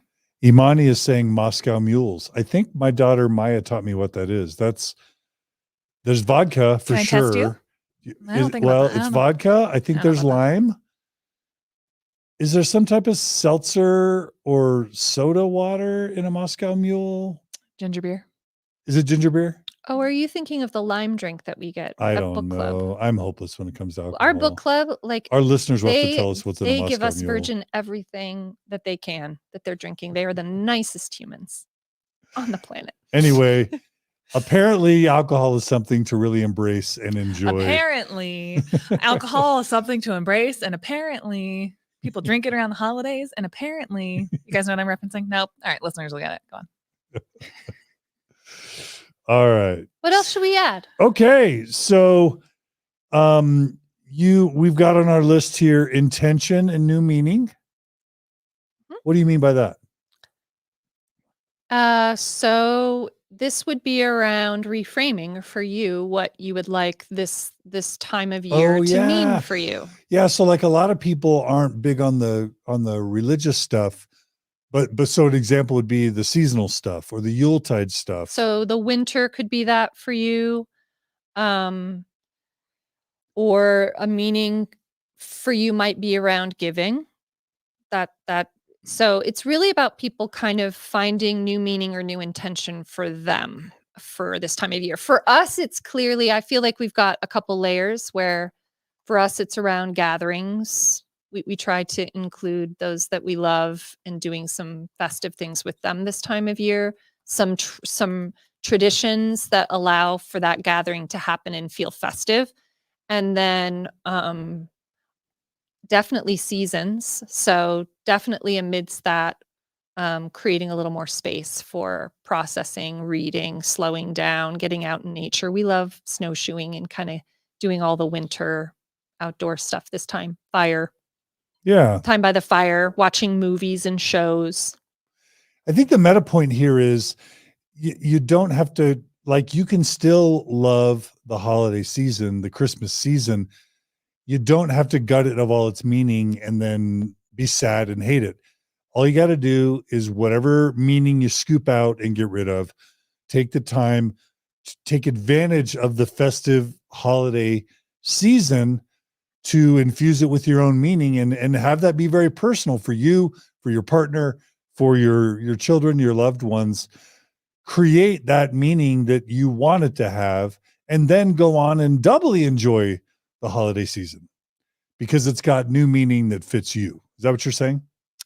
Yeah, I love that as like the empowered stance. And I want to also say, like, it can be really difficult. It can be really difficult if you're in a place right now of acute loss, which I know some people who are, or if it's your first year at the holidays after a divorce and it's like you don't even know if you're going to have your children with you for Christmas this year, and like it can get very messy very quickly. So I would also say, if you're in that grief space, if you're in that loss space, also taking it easy and creating space to show up for yourself and do those comforting, grounding things, to kind of be where you are.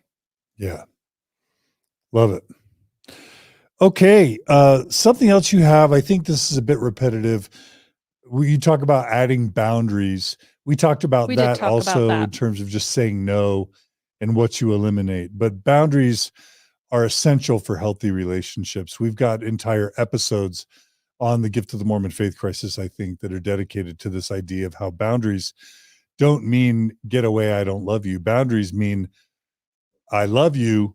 Here are limits to our relationship so that we can have a happy, healthy relationship. But good fences make good neighbors. Good boundaries make good family and friend relationships. Is that what you're saying there, Margi? Yeah, and really giving yourself permission to boundary this year where it actually does feel good to you or your family.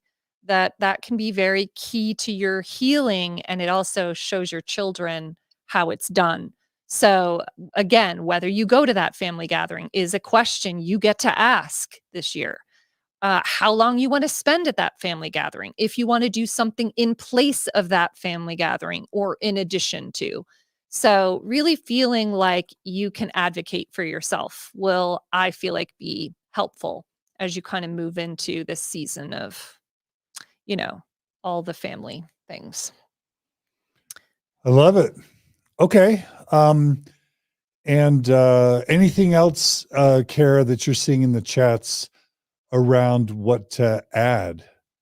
Anything else you're seeing? And then, Carah, have you added anything? Have you and Aaron added anything to your Christmas/holiday season? No, but what I am taking away is I like what you guys are saying about, being intentional about this holiday season instead of just like what I normally do is just like grit and bear it and try to get through it as fast as possible, but actually taking time to pause and enjoy it. And that takes work to actually find the traditions of our fathers, you could say, and actually piece apart what I want to take from that and what actually feels right to me and make it a more personal holiday tradition for this year. So it won't be something that I do need to grit and bear it through. So that's kind of what I'm taking from what you guys are saying.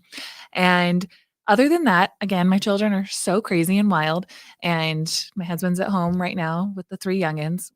And it's really hard to get anything kind of it's hard to establish any traditions because there's lots of crying and fighting and just like wildness. So I got to figure out how to do what I just said, but also mix it in with a family of young kids who also have needs and wants and are just developmentally not at the stage where they can actually let mom just like sip her spiked eggnog and have a night to herself. That's not going to happen, but I wish it could. So I have to find the way to balance all of these ideas in my head. That's right. Yeah. That's right. That's so important too. So I'm glad that you brought that up because I think, we clearly are in a stage of life where our kids are older. And I remember what it was like with the kids being much younger, and our traditions looked much different. Right. I mean, really, it was like the 20-minute videos. What is it? Like Rudolph with popcorn and everyone gets their favorite treat. And if that went down, we were like, woo, we did it. We did it this tonight. We did something Christmas. Or, or reading a book together, or it's like small wins as opposed to like that. So that's back to that expectation thing. But I hear you. I hear you with that, honestly. So the last thing I was going to mention that for the ad for this year, which is a big shift for us, is we will be adding a new tradition of celebrating the winter solstice this year. So traditionally, You're not even wanting to call it Christmas anymore. Do I have that right or not? the winter solstice isn't Christmas. We're doing it on the 21st. So it's not Christmas. It's a different day. And it's basically bringing our kids together for a dinner where in the longest night of the year, the shortest day, that we're going to celebrate, the analogy of amidst the darkest night, that we gather together, we're going to light candles, we're going to have a meal, and we will open a gift or two, and that will be our celebration. only because our kids are old enough now to kind of say, we don't really get the whole Christmas thing. Let's do our own thing and let's have it be completely something separate. And we actually really love winter solstice and the idea of celebrating that. So we're going to try that. And that's to bring up a key point that these things will change and evolve as your family evolves or your partnership evolves or you evolve. And so this is something that you can come back to each year and see kind of if anything major has changed or if you want to make any major additions or but that is a major add this year, replacement for. Another thing I Christmas. think we added at one point was hikes, where every Christmas day we would do a family hike where everybody got their boots on and we went out and did a nature hike. And I think there's some people in the comments that have said adding nature hikes has been a really valuable family activity. I love that idea. One thing that we learned from our coach, Liz Dalton with our family that has been very, very helpful, having really individuated children, differentiated children, is that we give, and this would not work for a 1-year-old or probably even a 5-year-old, but it would probably for a middle kind of childhood to teen, is just invitations. It's this idea. We did hikes for many, many years, and then we started having backlash with kids that were like, I don't love the same things you do. I love to snowboard, but I don't love to hike. And so on some level, as our kids have been teens, young adults, as we give invitations for things, but we don't force our family togetherness. That's just something for us. We were trying to heal from kind of some of our enmeshment pattern model behaviors. And that was one thing she recommended. And it has been amazingly healing for our family. And so our ideal now is not necessarily that all of our families together for everything we choose to do. It's more that our kids feel like they can advocate for themselves, do what's best for them. And that for whoever shows up at whatever time, it's really beautiful and they want to be there. Love it. Would you mind if I read a super chat please. real quick? Just wanted to say thank you for the donation to Cynthia Smith, who wrote, thank you so much for comments. Our family is trying to negotiate Christmas without bringing up religion. So difficult this time of year. Cynthia, I feel you on that one. Merry Christmas to you all. Thanks for the super chat. And if anyone else wants to donate, now is the time to type in a little comment, and we're going to try to keep reading as many as we can. Thanks. Love it. Okay, this is so good. And again, I want to highlight for our listeners the fact that before we even aired this episode, we went out to Instagram and Facebook on the Mormon Stories podcast Facebook page and the Mormon Stories podcast Instagram page, shared a little image and said, hey, everyone, what are the hardest parts about Christmas? And what have you done to make Christmas better after a faith crisis? And there are a ton of really good ideas. And so, Carah, we're going to include in the show notes links to Instagram and to Facebook so that you can go through and read all the good ideas. Also, just here in this YouTube chat and in the YouTube community feature that we've just, Carah, you've helped us discover, there are a ton of really good ideas that we're not even able to air. So if you're looking for just a really good library of ideas, I just want to let everybody know, go to the show notes of this episode and click on these links and start going through the comments. You'll find a lot of great things. Right, Carah? Yeah.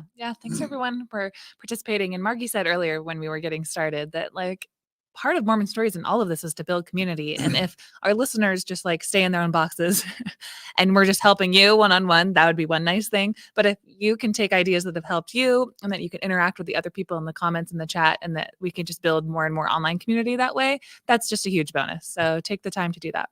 I love it. Did we want to highlight a comment or two? Yeah. So, Carah and I went and highlighted a few questions and comments. I'm going to read a few that I highlighted just for our listeners and for you guys. And Carah, you can jump in with anything people are commenting or texting now. But some of these that There's so many good ones. But Laura Jalen writes, realizing that the symbols from Christmas were originally pagan. So this is something that I was thinking about. I don't know a lot about this, but apparently when monotheistic Judeo-Christian kind of, as Judeo-Christian monotheism ascended with Moses and with the Israelites and then with Jesus, paganism got kind of outlawed. All paganism was just appreciating nature. So in a way, Margie, what you're advocating for is a deep, millennials long human tradition that actually predated the Judeo-Christian stuff that many people are throwing off. So in some sense, you're actually saying return to a love and appreciation and a connection with nature. The word pagan has been vilified, but I think that's all it really means. Now, I'm not saying let's all become pagans, or maybe I am. Let's all become pagans.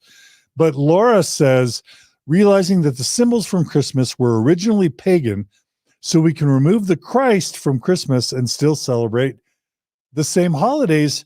We're actually getting closer to our heritage, not abandoning it. That's what Laura writes. Rhonda writes, holidays for me are about quality time with family.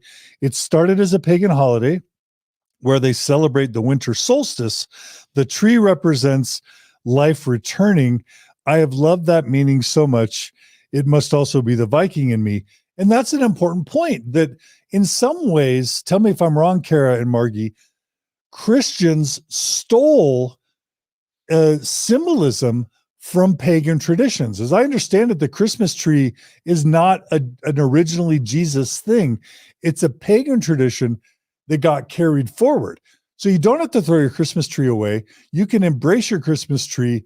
And if you want to de-Christianify your Christmas tree or other holiday things, you should feel free to, because it was actually Christianity that co-opted a lot of these pagan symbols, not the other way around. Is that right? Yeah, and I think that leads into a question from Sarah that I wanted to read that said, I'm a recent apostate and I'm finding that I'm having a hard time redefining why Christmas is important to me now. What am I going to tell my daughter about why we celebrate Christmas? Is it possible to celebrate Christmas in a totally secular way? And I think a lot of the things that you just broke down about where Christmas came from is a great, starting place. So yeah, it's kind of like, what do we tell our kids? Well, we can do a little history reading. We can learn about the pagan traditions that preceded Judeo-Christianity, teach our kids about that.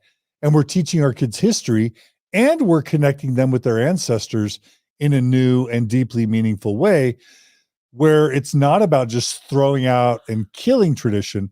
Maybe it's about reconnecting with an even more primitive and nature-based holiday tradition. Are we being repetitive here? Well, I love that idea. And I also think too, with what we were talking about with regard to, what meaning or intention you want to choose for yourself for the season. That can be the driver forward for you and your family as to how then what traditions show up in honoring that intention and purpose or meaning. So what traditions are built around that? How you want to kind of show up, how you want to decorate, and kind of these things that we went over today, that can be kind of your North Star that points you forward and kind of drives that value forward. So I just see so much possibility for you, honestly. Carrie, you just highlighted a comment. JC wrote, a true winter solstice restoration. So yeah. Mormons are used to Mormonism as being the restoration of all things. What if the secularization of Christmas for some is the restoration of a pagan holiday season? I like it. Mind-blowing. The true restoration of all things. No, nothing against our Christian listeners and viewers. Okay, Cecilia writes, the first year after waking up was the hardest. I got rid of all the Jesus references except one nativity from Kenya, where everyone is black and the three kings look like three queens. I love it. I've embraced my ancestors, Irish and Swedish, solstice customs and created new traditions. I'm 6 years post-Mormon and have found a way you make the winter season fun. There are lots of yummy beverages to get in the spirit of Yule. Cecilia, you're so cool. Margie and I want to meet you. So reach out. We want to meet you. Your Christmas vision inspires us. What do you think, Margie? You want to meet Cecilia, Margie? If I overcommitted you? Margie doesn't want to meet Cecilia anyone. does sound cool. I just think that's really funny. Okay, Cecilia, I Margie- really like your comment. Margie And doesn't want for to meet that, you, Cecilia. Margie and but- I are going to meet you. All right, Cecilia, I want to meet you. Margie doesn't want to meet you. Is that right, Margie? Is that what you just said? I am never coming on this podcast again. Starting a new holiday tradition, embarrassing Margie on live broadcast. No, embracing Cecilia is what I'm doing. Welcoming Cecilia into our family. What's more holiday festive than that? I'll go with you to her house if she's got that cool Kenyan nativity set. I want to see the three queens. Yeah, Maybe I Aaron see would what you want mean. to. Maybe Aaron would want to join Margie. You know, Yeah. you can come or not. Wow, you're so meaning driven. Getting out of the car, I support you. arm in arm. We're going to see the nativity. Here we go. We're going to see Cecilia. Here we go. the- What is it, Little Women? Here we go. Wassailing, so good.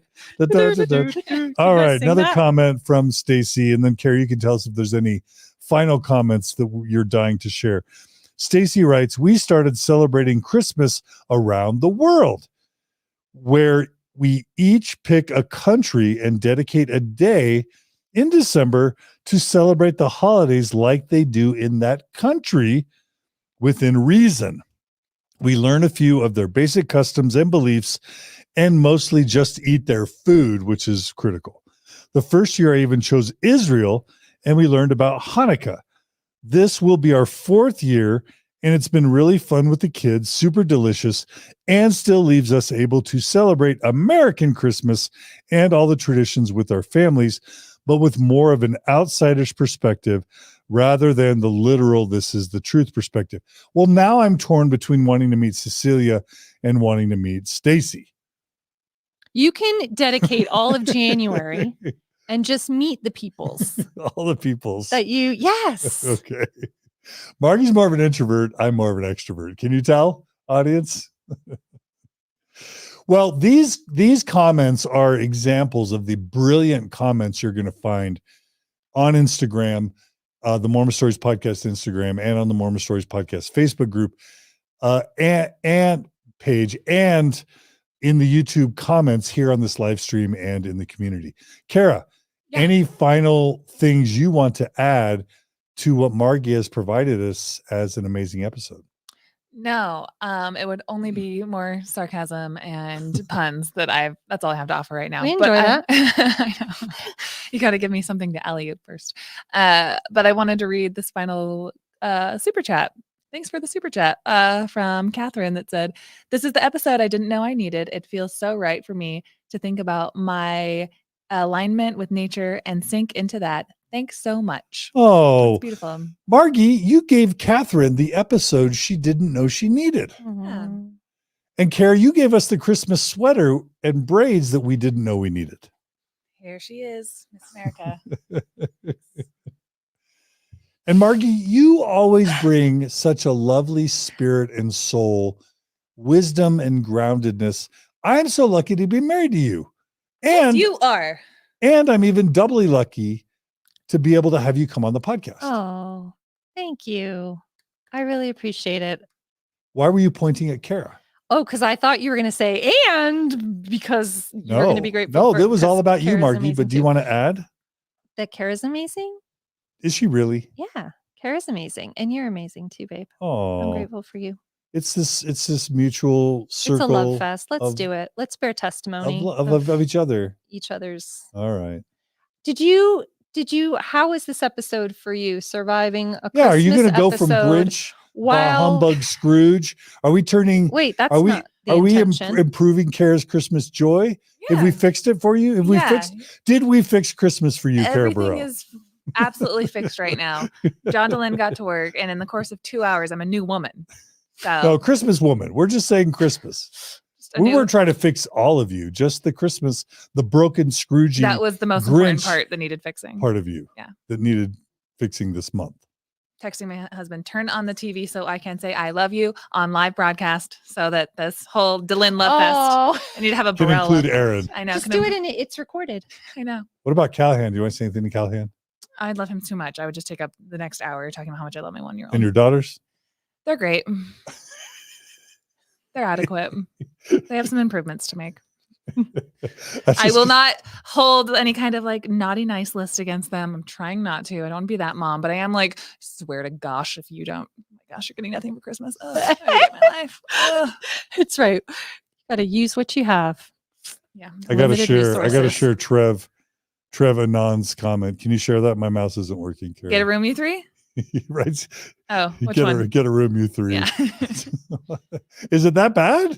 Is it that bad? It's we want this room to include the other 197 of you that are watching right now. That's right. We love you. That's We right. It's the love you Mormons- and Trev. It's the Mormon You're in on this love. It's the Mormon Stories audience that we want to hug, invite you into our home.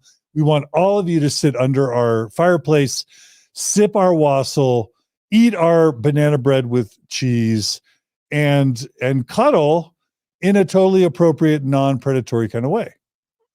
Let's cut that part out, John. What do Maybe you think? some type of edited version of that could work. Merry, happy holidays. Happy Yuletide, everybody. This has been a holiday Gift of the Mormon Faith Crisis Thrive episode sponsored by the one, the only Margi Dehlin.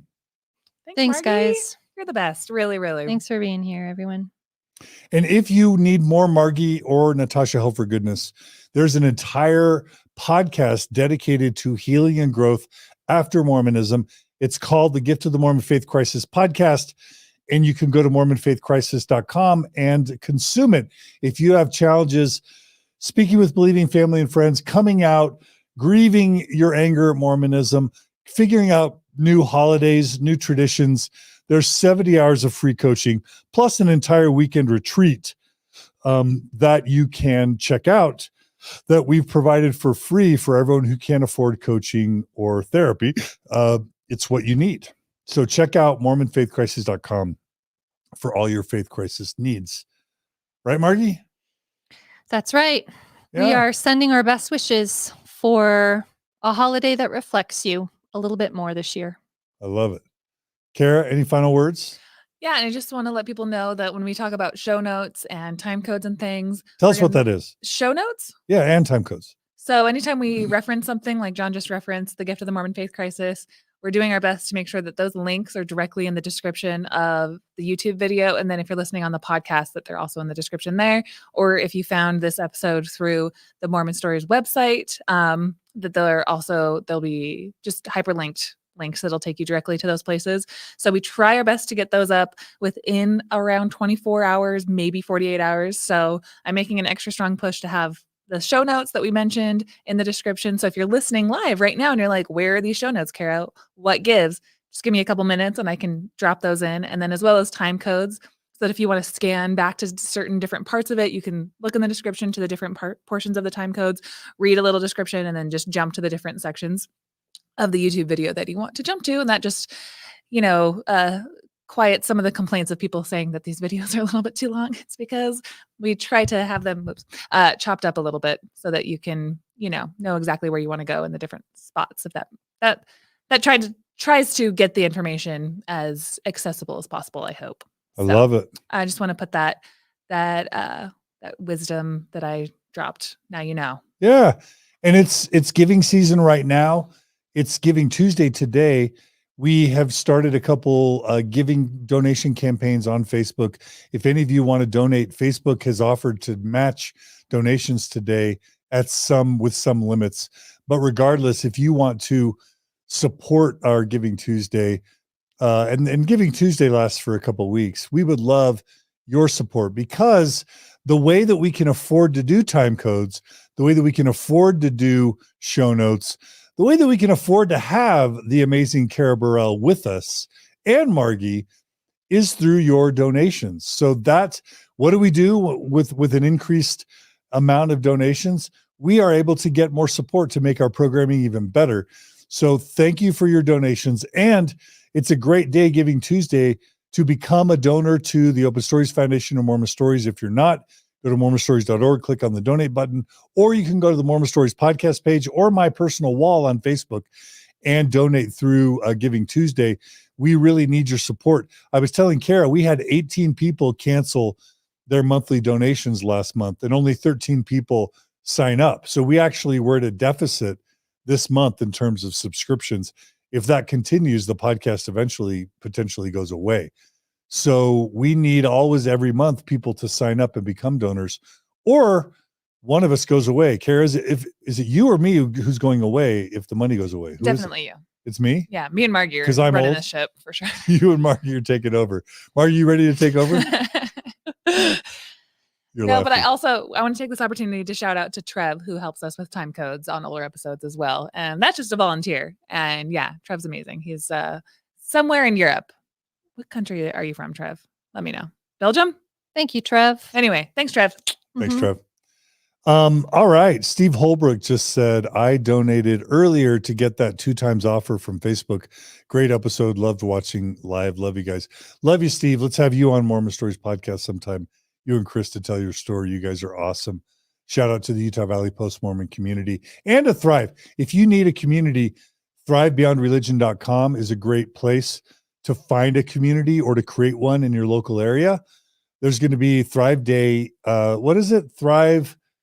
The New Year's Eve gala? There's a New Year's gala, but also, Carah, there's in January 22nd, there's going to be like somewhere between 11 and 22 local Thrive events all around the world. Oh, Are you prepared to talk about that, Carah? I am prepared as long as this internet works. Yeah, there's Thrive Unite, January 22nd. Thrive Unite, January 22nd. And if you go to thrivebeyondreligion.com, you can look for, there's in Alberta, Phoenix, Provo, Bristol, UK, Seattle, Costa Mesa, California, Houston, Texas, Sacramento, which I will be speaking at, Las Vegas, Idaho Falls, Atlanta, and Portland. So if you go find the Thrive Unite link, which will be in the show notes very shortly, like I mentioned, you can go and attend something local in your city and meet up with other people. And I think we're having a Thrive in Alpine Highland Lehigh as well, a Thrive Unite Day. I think it's going to be a combination retreat / Thrive Unite experience exciting. that weekend as well for those of you in the Salt Lake area. And you can go to thrivebeyondreligion.com and sign up. The idea that Clint Martin had, he and Jenny kind of lead Thrive. The idea behind it is, instead of having everyone always come to like a Thrive Day where everyone throughout the world comes to the Salt Palace, why not have local Thrive events wherever you live? And you can bring Carah, bring Margi, bring me, bring Natasha, bring Tiffany Rowe, whoever you want. Bring cool speakers to where you are and build local community. That's the idea of Thrive. That's the idea of Thrive Beyond Religion. That's the idea of Thrive Unite. And Clint wants there to be at least 22 Thrives in cities throughout the world. And we need about 9 more. So if any of you want to start, like we want one in Denver, I think there should be one in the Midwest. I think New York should have one. Atlanta should have one. Florida, like we need more Thrive Unites. So all you got to do is email Clint at thrivebeyondreligion@gmail.com. Tell him you want to host a local Thrive Unite on January 22nd. He can help you find speakers. I think Idaho Falls wants a Thrive Unite. Yeah. So please reach out to Clint and we'll help you set up a Thrive event and we'll make it great.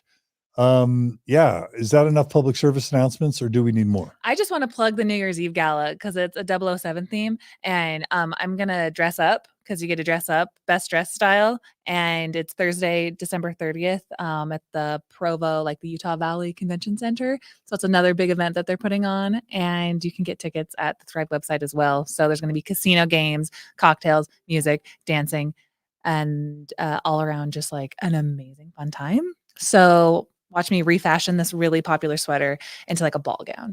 So Wow. Love see what I come up with. Wow. And for the haters out there, Thrive is a money loser. Nobody profits off of Thrive. The last Thrive Day event lost like 20 grand that Clint and Jenny Martin funded. Nobody's on the take with Thrive. Our goal is to lose money, but lose as little as possible. if we charge anything, it's always just to pay for the venue, to pay for the food that we feed you, pay for the speakers that come. Why are you laughing, Margie? Why are you laughing? No reason. Was there a little passive aggressiveness there? She was thinking about how cool my dress is going to look when she sees Yes. it. Just joy. Just the At joy. Carah. Anyway, Thrive is about you. It's about building community, helping you heal and grow.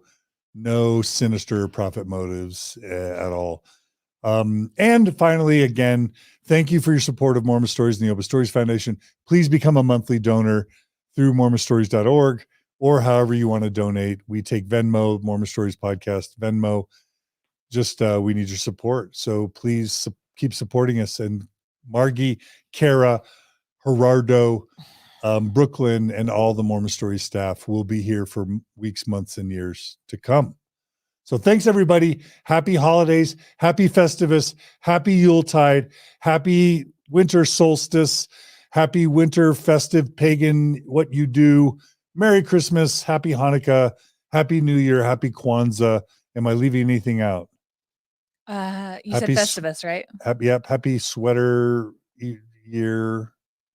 Happy winter. Happy winter. Thanks, everybody. Love you guys.